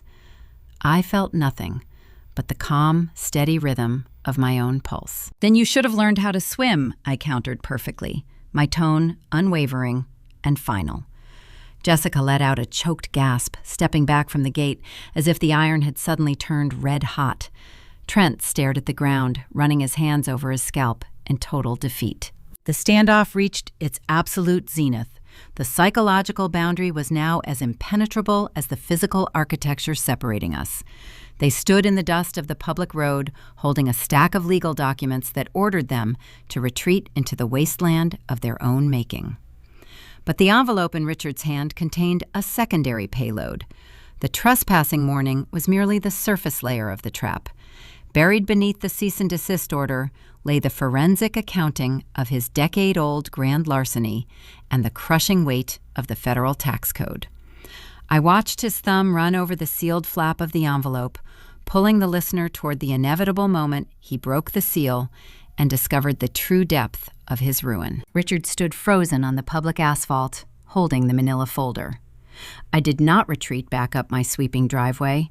I anchored my posture, maintaining the direct eye contact that previously made him feel so powerful. The desert wind kicked up a fine layer of grit, coating the toe of his leather boots. "Open it, Richard," I instructed. "You drove a rented box truck across the valley to demand access to my real estate. You hired a strip mall attorney to file a constructive trust lawsuit against my holding company. You wanted a financial dialogue. We are having one right now. Break the seal." He hesitated. His thumb traced the adhesive flap. For his entire adult life, he controlled the flow of information within our family unit. He dictated the narratives. He assigned the roles. Now he held a document package, prepared by the daughter he discarded, and his instincts warned him the paper inside contained a lethal payload. He ripped the top of the envelope. He pulled out the first stack of paper. The top sheets were high-resolution scans printed on premium stock. They were the archival banking records from 13 years ago. He stared at the logo of the regional bank branch. "Those are the withdrawal slips from the Uniform Transfers to Minors Act account," I said, my voice carrying clearly over the low hum of the idling truck engine. "Grandma seeded that trust strictly for my university tuition. You were the designated legal custodian. Under Nevada fiduciary law, you possessed a strict duty to safeguard that capital. You lacked the authority to commingle it or divert it for personal luxury." I watched his eyes track the dates printed on the slips. His face remained pale, the sunburn on his cheeks standing out in stark contrast. Page 2 features the final liquidation order. I continued, keeping my tone clinical and detached. $40,000 transferred out in a single afternoon. Look at the signature line, Richard. You did not just empty the account. You forged the authorization documents to expedite the wire transfer directly to a resort in Maui. His hands began to shake. The thick parchment rustled against itself. He recognized his own handwriting. He recognized the exact date he sold my future to purchase a party. "Flip to the next section," I commanded. He obeyed mechanically. He uncovered the draft of a civil lawsuit prepared by Elias Thorne. The header bore the sleek insignia of the premier corporate litigation firm in Las Vegas. "That is a finalized complaint for grand larceny and breach of fiduciary duty," I explained.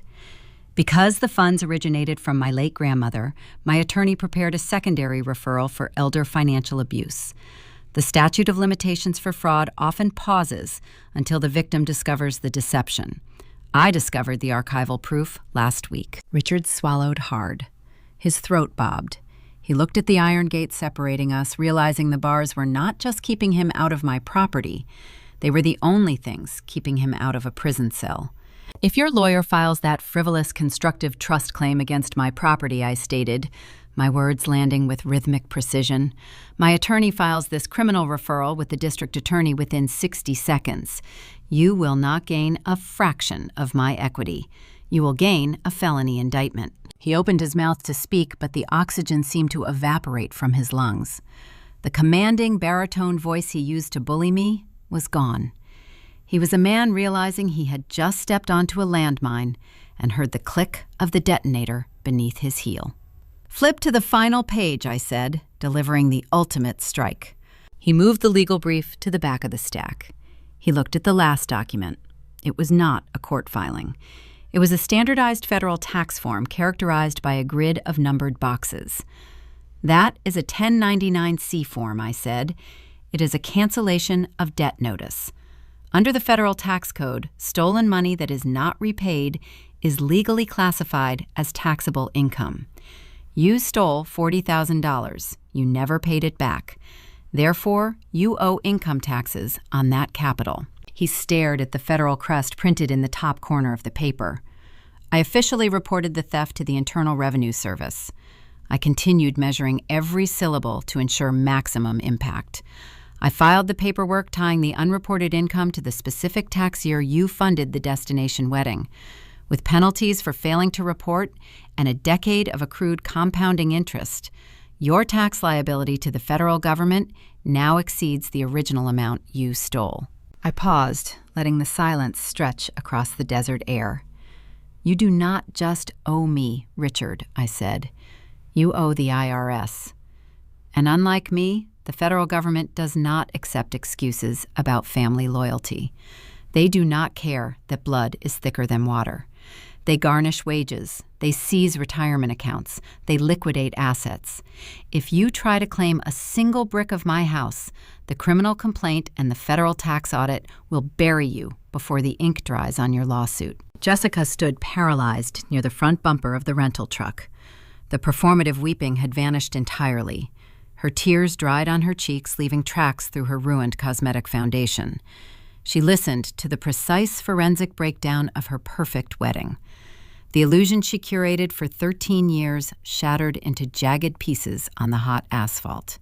She looked at her father. She looked at the forged withdrawal slips trembling in his hands.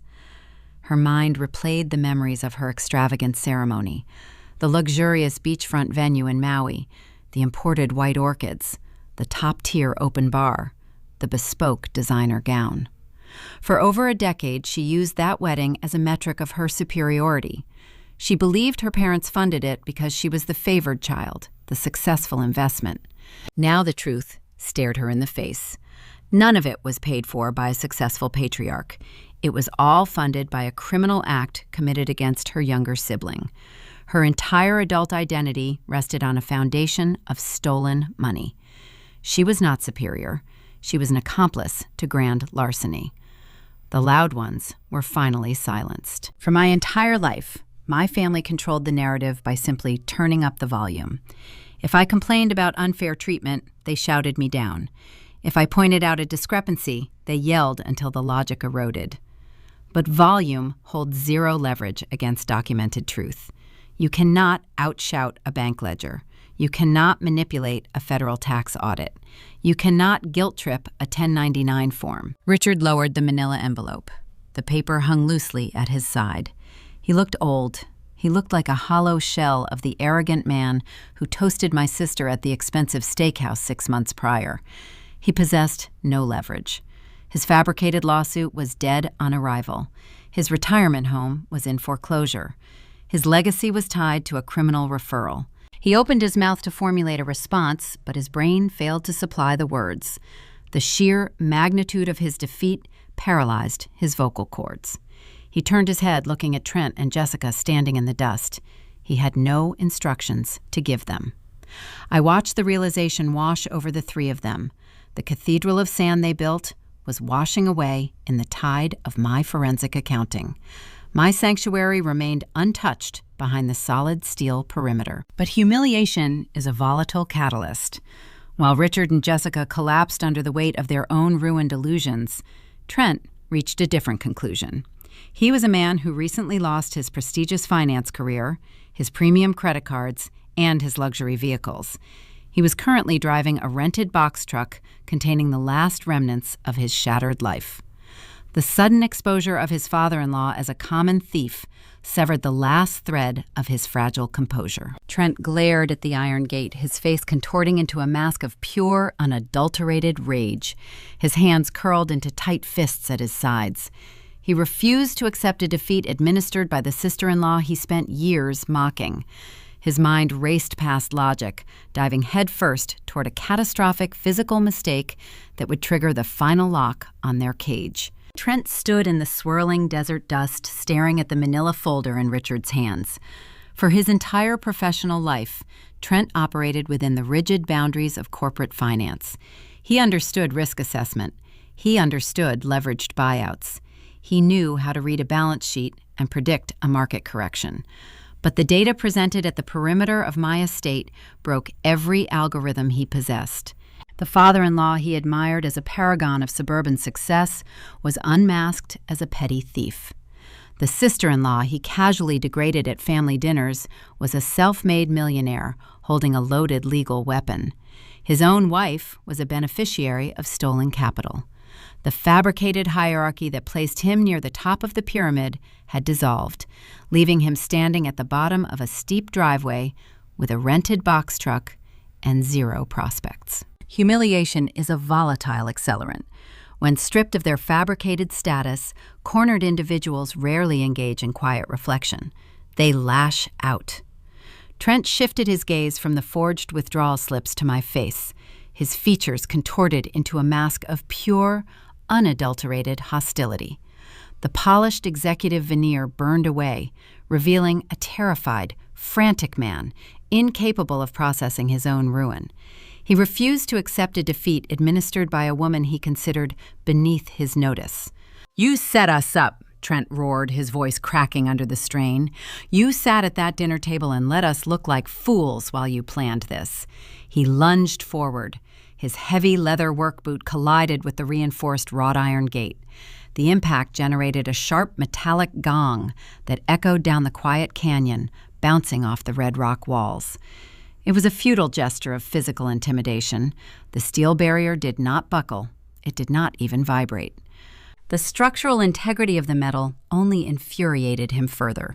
He thrust his right arm through the vertical gap between the iron bars. His fingers hooked into claws, swiping at the lapel of my cashmere top. He intended to grab the fabric to yank me against the cold steel and force a physical confrontation he could win. I did not flinch. I did not scream for my security guard. I pivoted backward on my heel, executing a measured 12-inch retreat. His fingertips grazed the empty air where my chest had been a fraction of a second prior. He lost his balance from the forward momentum, his shoulder slamming hard against the exterior of the gate. He let out a breathless grunt, pain flashing across his flushed features. I stood safely out of his reach. I raised my left wrist, pushing back the sleeve of my blouse. The analog dial of my timepiece indicated 9:28. "You are out of time, Trent," I stated, my voice hovering at a cool, even pitch. He gripped the iron bars, preparing to hurl another useless insult, but the words died in his throat. A silent, rhythmic flashing illuminated the canyon walls behind him. Elite communities in the Henderson Hills operate on a different frequency than the rest of the valley. Wealth purchases silence, but it also purchases instantaneous municipal response times. Our homeowner association did not rely on residents dialing emergency dispatch centers and waiting in a queue. The security protocol was entirely automated. The sensory hardware embedded in the perimeter asphalt registered the prolonged presence of a commercial, heavy-duty vehicle idling beyond the designated grace period. The system recognized an unauthorized obstruction at a fortified checkpoint and initiated a priority dispatch. A sleek black and white Henderson Police Department interceptor rolled up the incline. The officers did not utilize their siren. They respected the acoustic tranquility of the neighborhood. They simply activated their strobing red and blue light bars. The vivid LEDs painted the rusted yellow exterior of the rental truck in sharp, contrasting colors. The sudden arrival of state authority acts as a universal neutralizing agent. The flashing lights instantly shattered the delusion that my family was engaging in a private, domestic dispute. The cruiser parked at a sharp angle, blocking the box truck from reversing down the hill. Two uniformed officers stepped out of the vehicle. They wore dark tactical trousers, heavy utility belts, and mirrored sunglasses. They moved with the practiced, coordinated caution of professionals entering an unknown, volatile environment. "Step away from the barrier," the lead officer commanded, his hand resting casually near the radio on his chest. Trent froze. The adrenaline that fueled his physical outburst evaporated, leaving behind a hollow, paralyzing dread. He slowly extracted his arm from between the iron bars. He took 3 clumsy steps backward, raising his empty hands to chest level. Jessica shrank against the passenger side door of the rental truck. She crossed her arms tightly over her stomach, attempting to make herself as small as possible. She had spent her entire adult life curating an image of high-class superiority. She engineered her social media feeds to project an aura of effortless luxury. Now she was standing on public asphalt, covered in road dust, being scrutinized by law enforcement like a common vagrant caught trespassing. She darted her eyes toward the empty road below, praying none of my affluent neighbors were driving past to witness her degradation. The sheer embarrassment radiated from her posture. Her nightmare was no longer financial. It was existential. Richard, however, clung to his oldest survival tactic. He smoothed the lapels of his linen jacket and plastered a disarming smile across his face. He adopted the smooth-talking golf course charm he utilized to charm bank managers and car salesmen. "Good morning, officers," Richard said, taking a casual step toward the interceptor. "There is no need for alarm here. This is just a simple family misunderstanding. My daughter owns this property, and we were just having a minor disagreement about logistics. We are leaving right now." He pointed a thumb toward the gates, attempting to establish a false camaraderie with the patrolman. He wanted to frame the situation as a private, trivial matter, a father dealing with a stubborn child. The lead officer did not return the smile. He did not relax his stance. He looked at the rusted moving truck. He looked at the sweat-stained, frantic brother-in-law. He looked at the weeping woman hiding against the door panel. Then he looked past the wrought iron bars toward the sweeping manicured driveway and the pristine $2.8 million estate resting at the summit. The officer walked up to the gate, stopping directly across from me.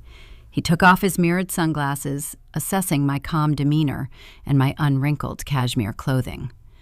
"Ma'am," the officer asked, his tone respectful but direct, "are these individuals your invited guests?" Richard looked at me through the bars. His eyes pleaded silently. He begged me to validate his lie, to play the role of the obedient daughter one last time, to save him from public disgrace. He wanted me to open the door and rescue him from the consequences of his own ambush. I looked at the father who stole my tuition. I looked at the sister who mocked my apartment. I looked at the brother-in-law who just tried to drag me through a steel barricade. I do not know these people in any legal capacity. I answered, my voice clear and unwavering. They are uninvited. They are blocking a private entrance. That man just attempted to assault me through the perimeter fence, and the older gentleman is currently holding documents detailing a felony financial crime. I want them removed from my property line immediately. The officer nodded once, replacing his sunglasses. He turned his back to me and faced Richard. "Sir, place your hands on the hood of the truck," the officer instructed, pulling a radio microphone to his shoulder to request a secondary unit.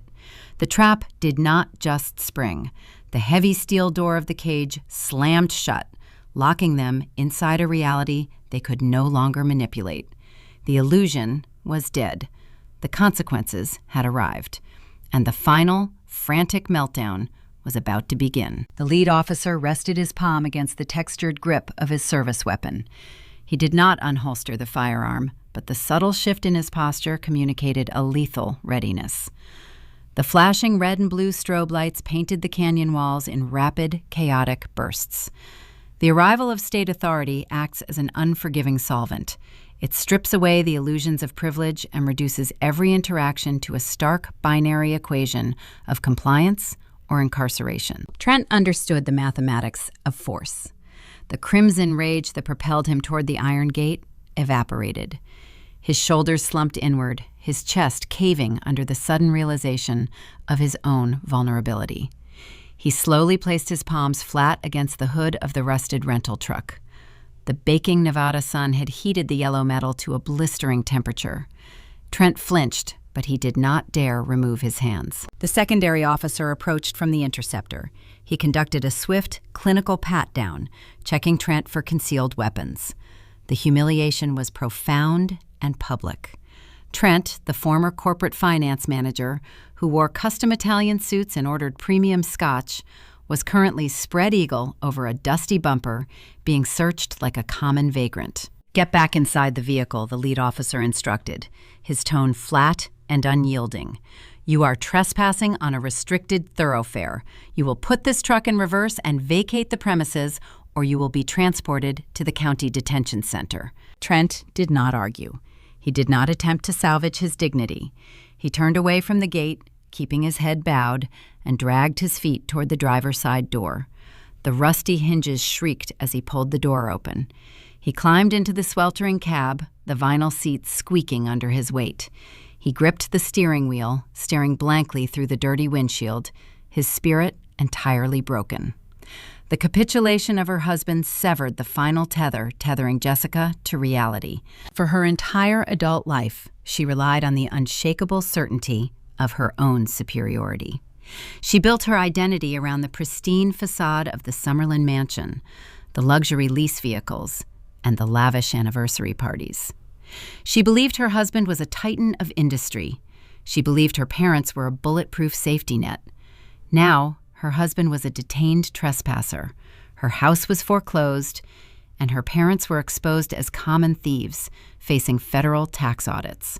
The cognitive dissonance fractured her mind into jagged, unsalvageable pieces. The toxic alliance that bound our family together required a shared delusion to function. When the delusion died, they turned their fangs on each other. Jessica stepped away from the passenger side of the truck. She ignored the police officers. She ignored my stoic presence behind the steel perimeter. She marched toward the front of the cab, pointing a manicured finger directly at Trent through the glass. "You told me you had a plan," she shrieked, her vocal cords straining, producing a raw, hysterical pitch that echoed down the quiet street. "You promised me the sabbatical was temporary. You told me the severance package would cover the mortgage. We lost our home, Trent. We are living out of cardboard boxes in a rented truck. You are a failure." Trent stared straight ahead, refusing to make eye contact with his wife. His jaw locked, a muscle feathering in his cheek. He had nothing left to offer her. The phantom equity he used to purchase her affection was gone. Jessica pivoted her frantic energy, seeking a new target. She locked eyes with our father. Richard stood frozen on the asphalt, still clutching the manila envelope containing the forensic proof of his decade-old grand larceny. She marched toward him, the heels of her expensive designer shoes catching on the uneven gravel. "You stole from her," Jessica screamed, her voice cracking. "You stood at my wedding and gave a toast about hard work and family values. You bought those imported orchids with stolen money. You made me an accomplice to a felony. My entire life is a lie because of you." She beat her fists against Richard's chest. The physical blows lacked any real force, but the psychological impact devastated him. Richard did not defend himself. He did not raise his arms to block her strikes. He simply absorbed the assault, staring down at the asphalt. The commanding patriarch who dictated the terms of our existence for 30 years dissolved before my eyes. He aged a decade in the span of 3 minutes. His posture crumbled. The rigid spine that supported his authority snapped under the weight of the federal tax code and his daughter's hatred. He realized the fatal flaw in his lifelong calculation. He alienated the solvent, independent child to subsidize the dependent, parasitic one. Now he was permanently shackled to a bankrupt, hysterical daughter and a ruined son-in-law with zero access to my capital. He chose the wrong horse, and the race was officially over. Susan backed away from the chaotic scene, her hands trembling uncontrollably. A sleek silver electric sedan rounded the corner at the bottom of the hill, making its slow ascent toward the security checkpoint. One of my affluent neighbors was returning home. The approaching vehicle triggered my mother's ultimate phobia. Susan cared about social currency more than oxygen. The prospect of an elite Henderson resident witnessing her family engaged in a trashy screaming match surrounded by police cruisers terrified her beyond reason. She lifted her heavy designer handbag, shielding her face from the incoming sedan. She looked like a disgraced politician fleeing a courthouse steps. She scrambled toward the passenger side of the rental truck, pulling the heavy door open and hauling herself into the cab to hide from the judgment of strangers. The lead officer stepped between Jessica and Richard. He raised a hand, halting the physical altercation. "That is enough," the patrolman stated firmly. "Everyone back inside the transport. You are leaving the canyon right now." Jessica let out a ragged, breathless sob.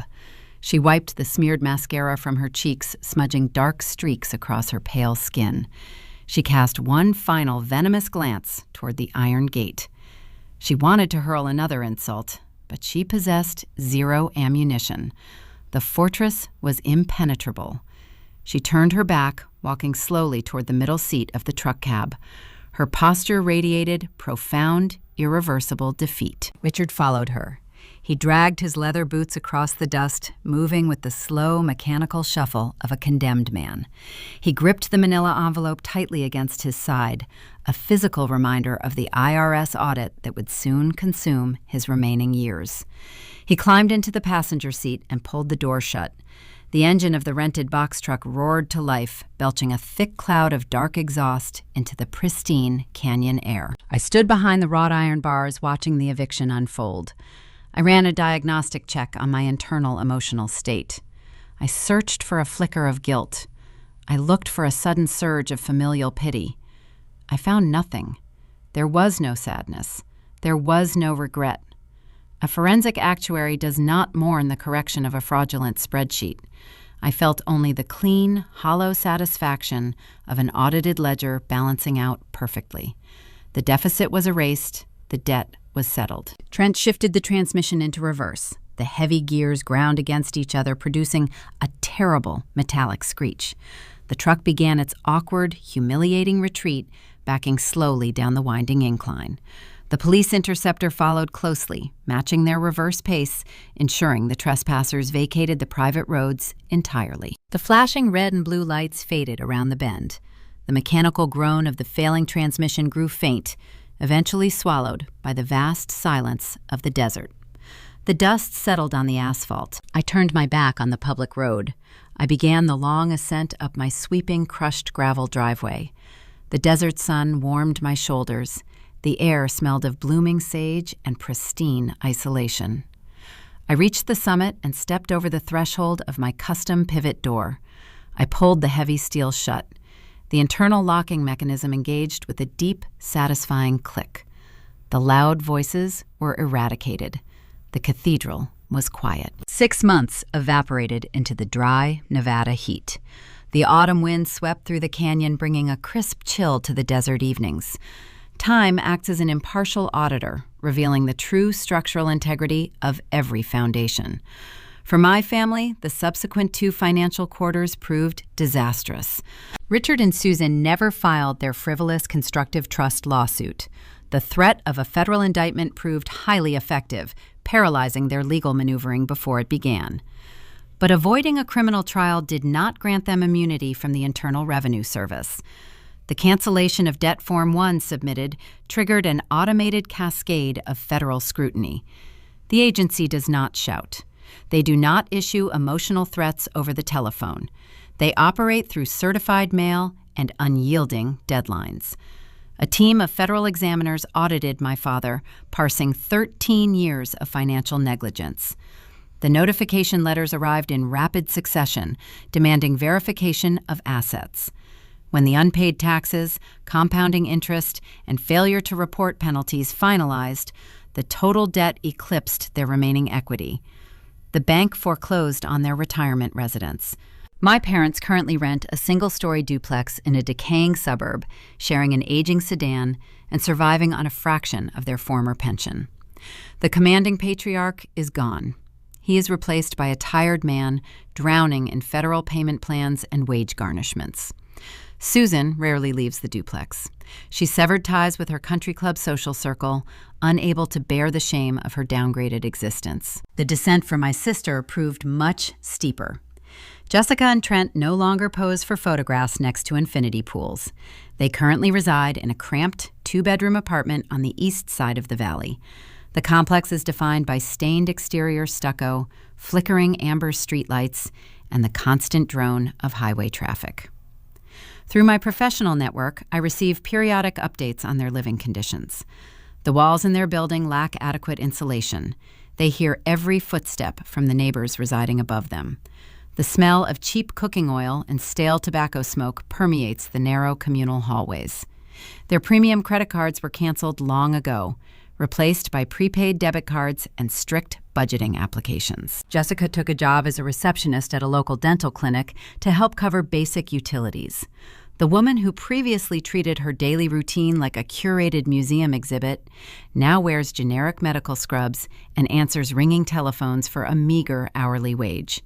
She shops at discount grocers, wearing oversized sunglasses, hoping her former wealthy acquaintances do not recognize her in the produce aisle. Trent secured employment managing a small retail banking branch, earning a fraction of his former executive salary. He drives a rusted commuter vehicle to work, sitting in gridlock traffic alongside the same working-class individuals he spent years looking down upon.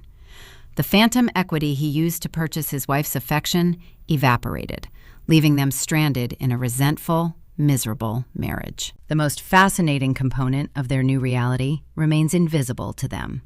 Following the SEC whistleblower payout, my Delaware corporation established a subsidiary holding firm dedicated exclusively to acquiring high-yield multifamily real estate.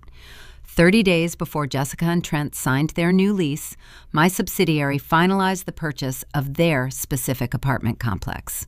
A third-party property management company handles the daily operations, providing a flawless bureaucratic buffer. My name appears nowhere on the tenant portal or the leasing agreements. I reviewed the tenant registry the day the transaction cleared. Their names appeared on page 4 of the residential ledger. Every first of the month, Trent logs into an online portal and transfers his rent payment. He believes he is submitting his dwindling capital to an anonymous corporate landlord. In reality, those funds route directly through a series of encrypted clearinghouses and deposit cleanly into my private investment accounts. They spent years mocking my lifestyle, assuming I was a peasant. Now they literally subsidize my early retirement 1 month at a time. I am their landlord. The symmetry of that transaction requires no gloating. It simply exists as a perfect, silent equation. While they navigated the grim logistics of downsized living, my estate garnered regional attention. A prominent architectural magazine requested permission to feature my Henderson property in their autumn showcase issue. I agreed, under the condition of strict anonymity regarding my identity. Yesterday, a professional photographer spent 5 hours capturing the geometric precision of the vaulted ceilings, the imported terrazzo floors, and the floating walnut cabinetry. The editorial piece focused on the seamless integration of mid-century design with modern minimalist luxury. The writer praised the unyielding strength of the materials and the calm sanctuary the architecture provided against the harsh desert environment. The feature dedicated an entire page to the custom steel pivot door that served as the impenetrable boundary protecting my peace. This evening I sit alone on my rear terrace. A cup of artisan tea rests on the quartzite patio table. The sun dips below the jagged silhouette of the spring mountains, casting long purple shadows across the valley floor. The neon glow of the Las Vegas Strip flickers to life in the distance, a glittering monument to temporary thrills and bad bets. The desert air cools rapidly, but the stone beneath my feet retains the warmth of the day. I open my laptop, reviewing the final financial summaries for the quarter. The numbers glow against the dark screen. There are no pending lawsuits. There are no desperate phone calls from creditors. The silence in this canyon is not lonely. It is the sound of pure solvency. I trace the rim of my ceramic mug, feeling the smooth texture of the glaze. I think about the 18-year-old girl standing crying at an automated teller machine, staring at a receipt that read 0. I wish I could tell her that the theft was not an ending, but an initiation. It taught her how to calculate risk, how to identify predators, and how to build a fortress. I watch the city lights and reflect on the distinct methods people utilize to construct their lives. My family spent decades building cathedrals out of sand.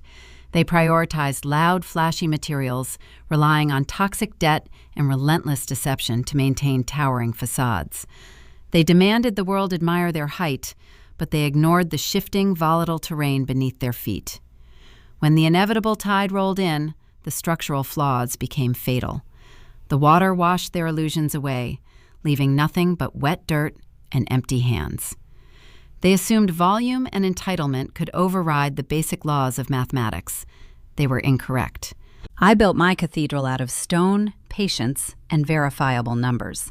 I focused on the foundation, securing the perimeter, and ensuring every ledger balanced down to the final decimal. Stone does not care about the opinions of the wind. Stone endures the storm without making a sound. It requires no validation from an audience. It simply stands firm, rejecting anything that lacks substance. If you have ever been the overlooked one, remember this. Don't argue with people committed to misunderstanding you. Just keep building. Because when the storm comes, the loud ones will drown, and the quiet ones will be the only ones holding the keys.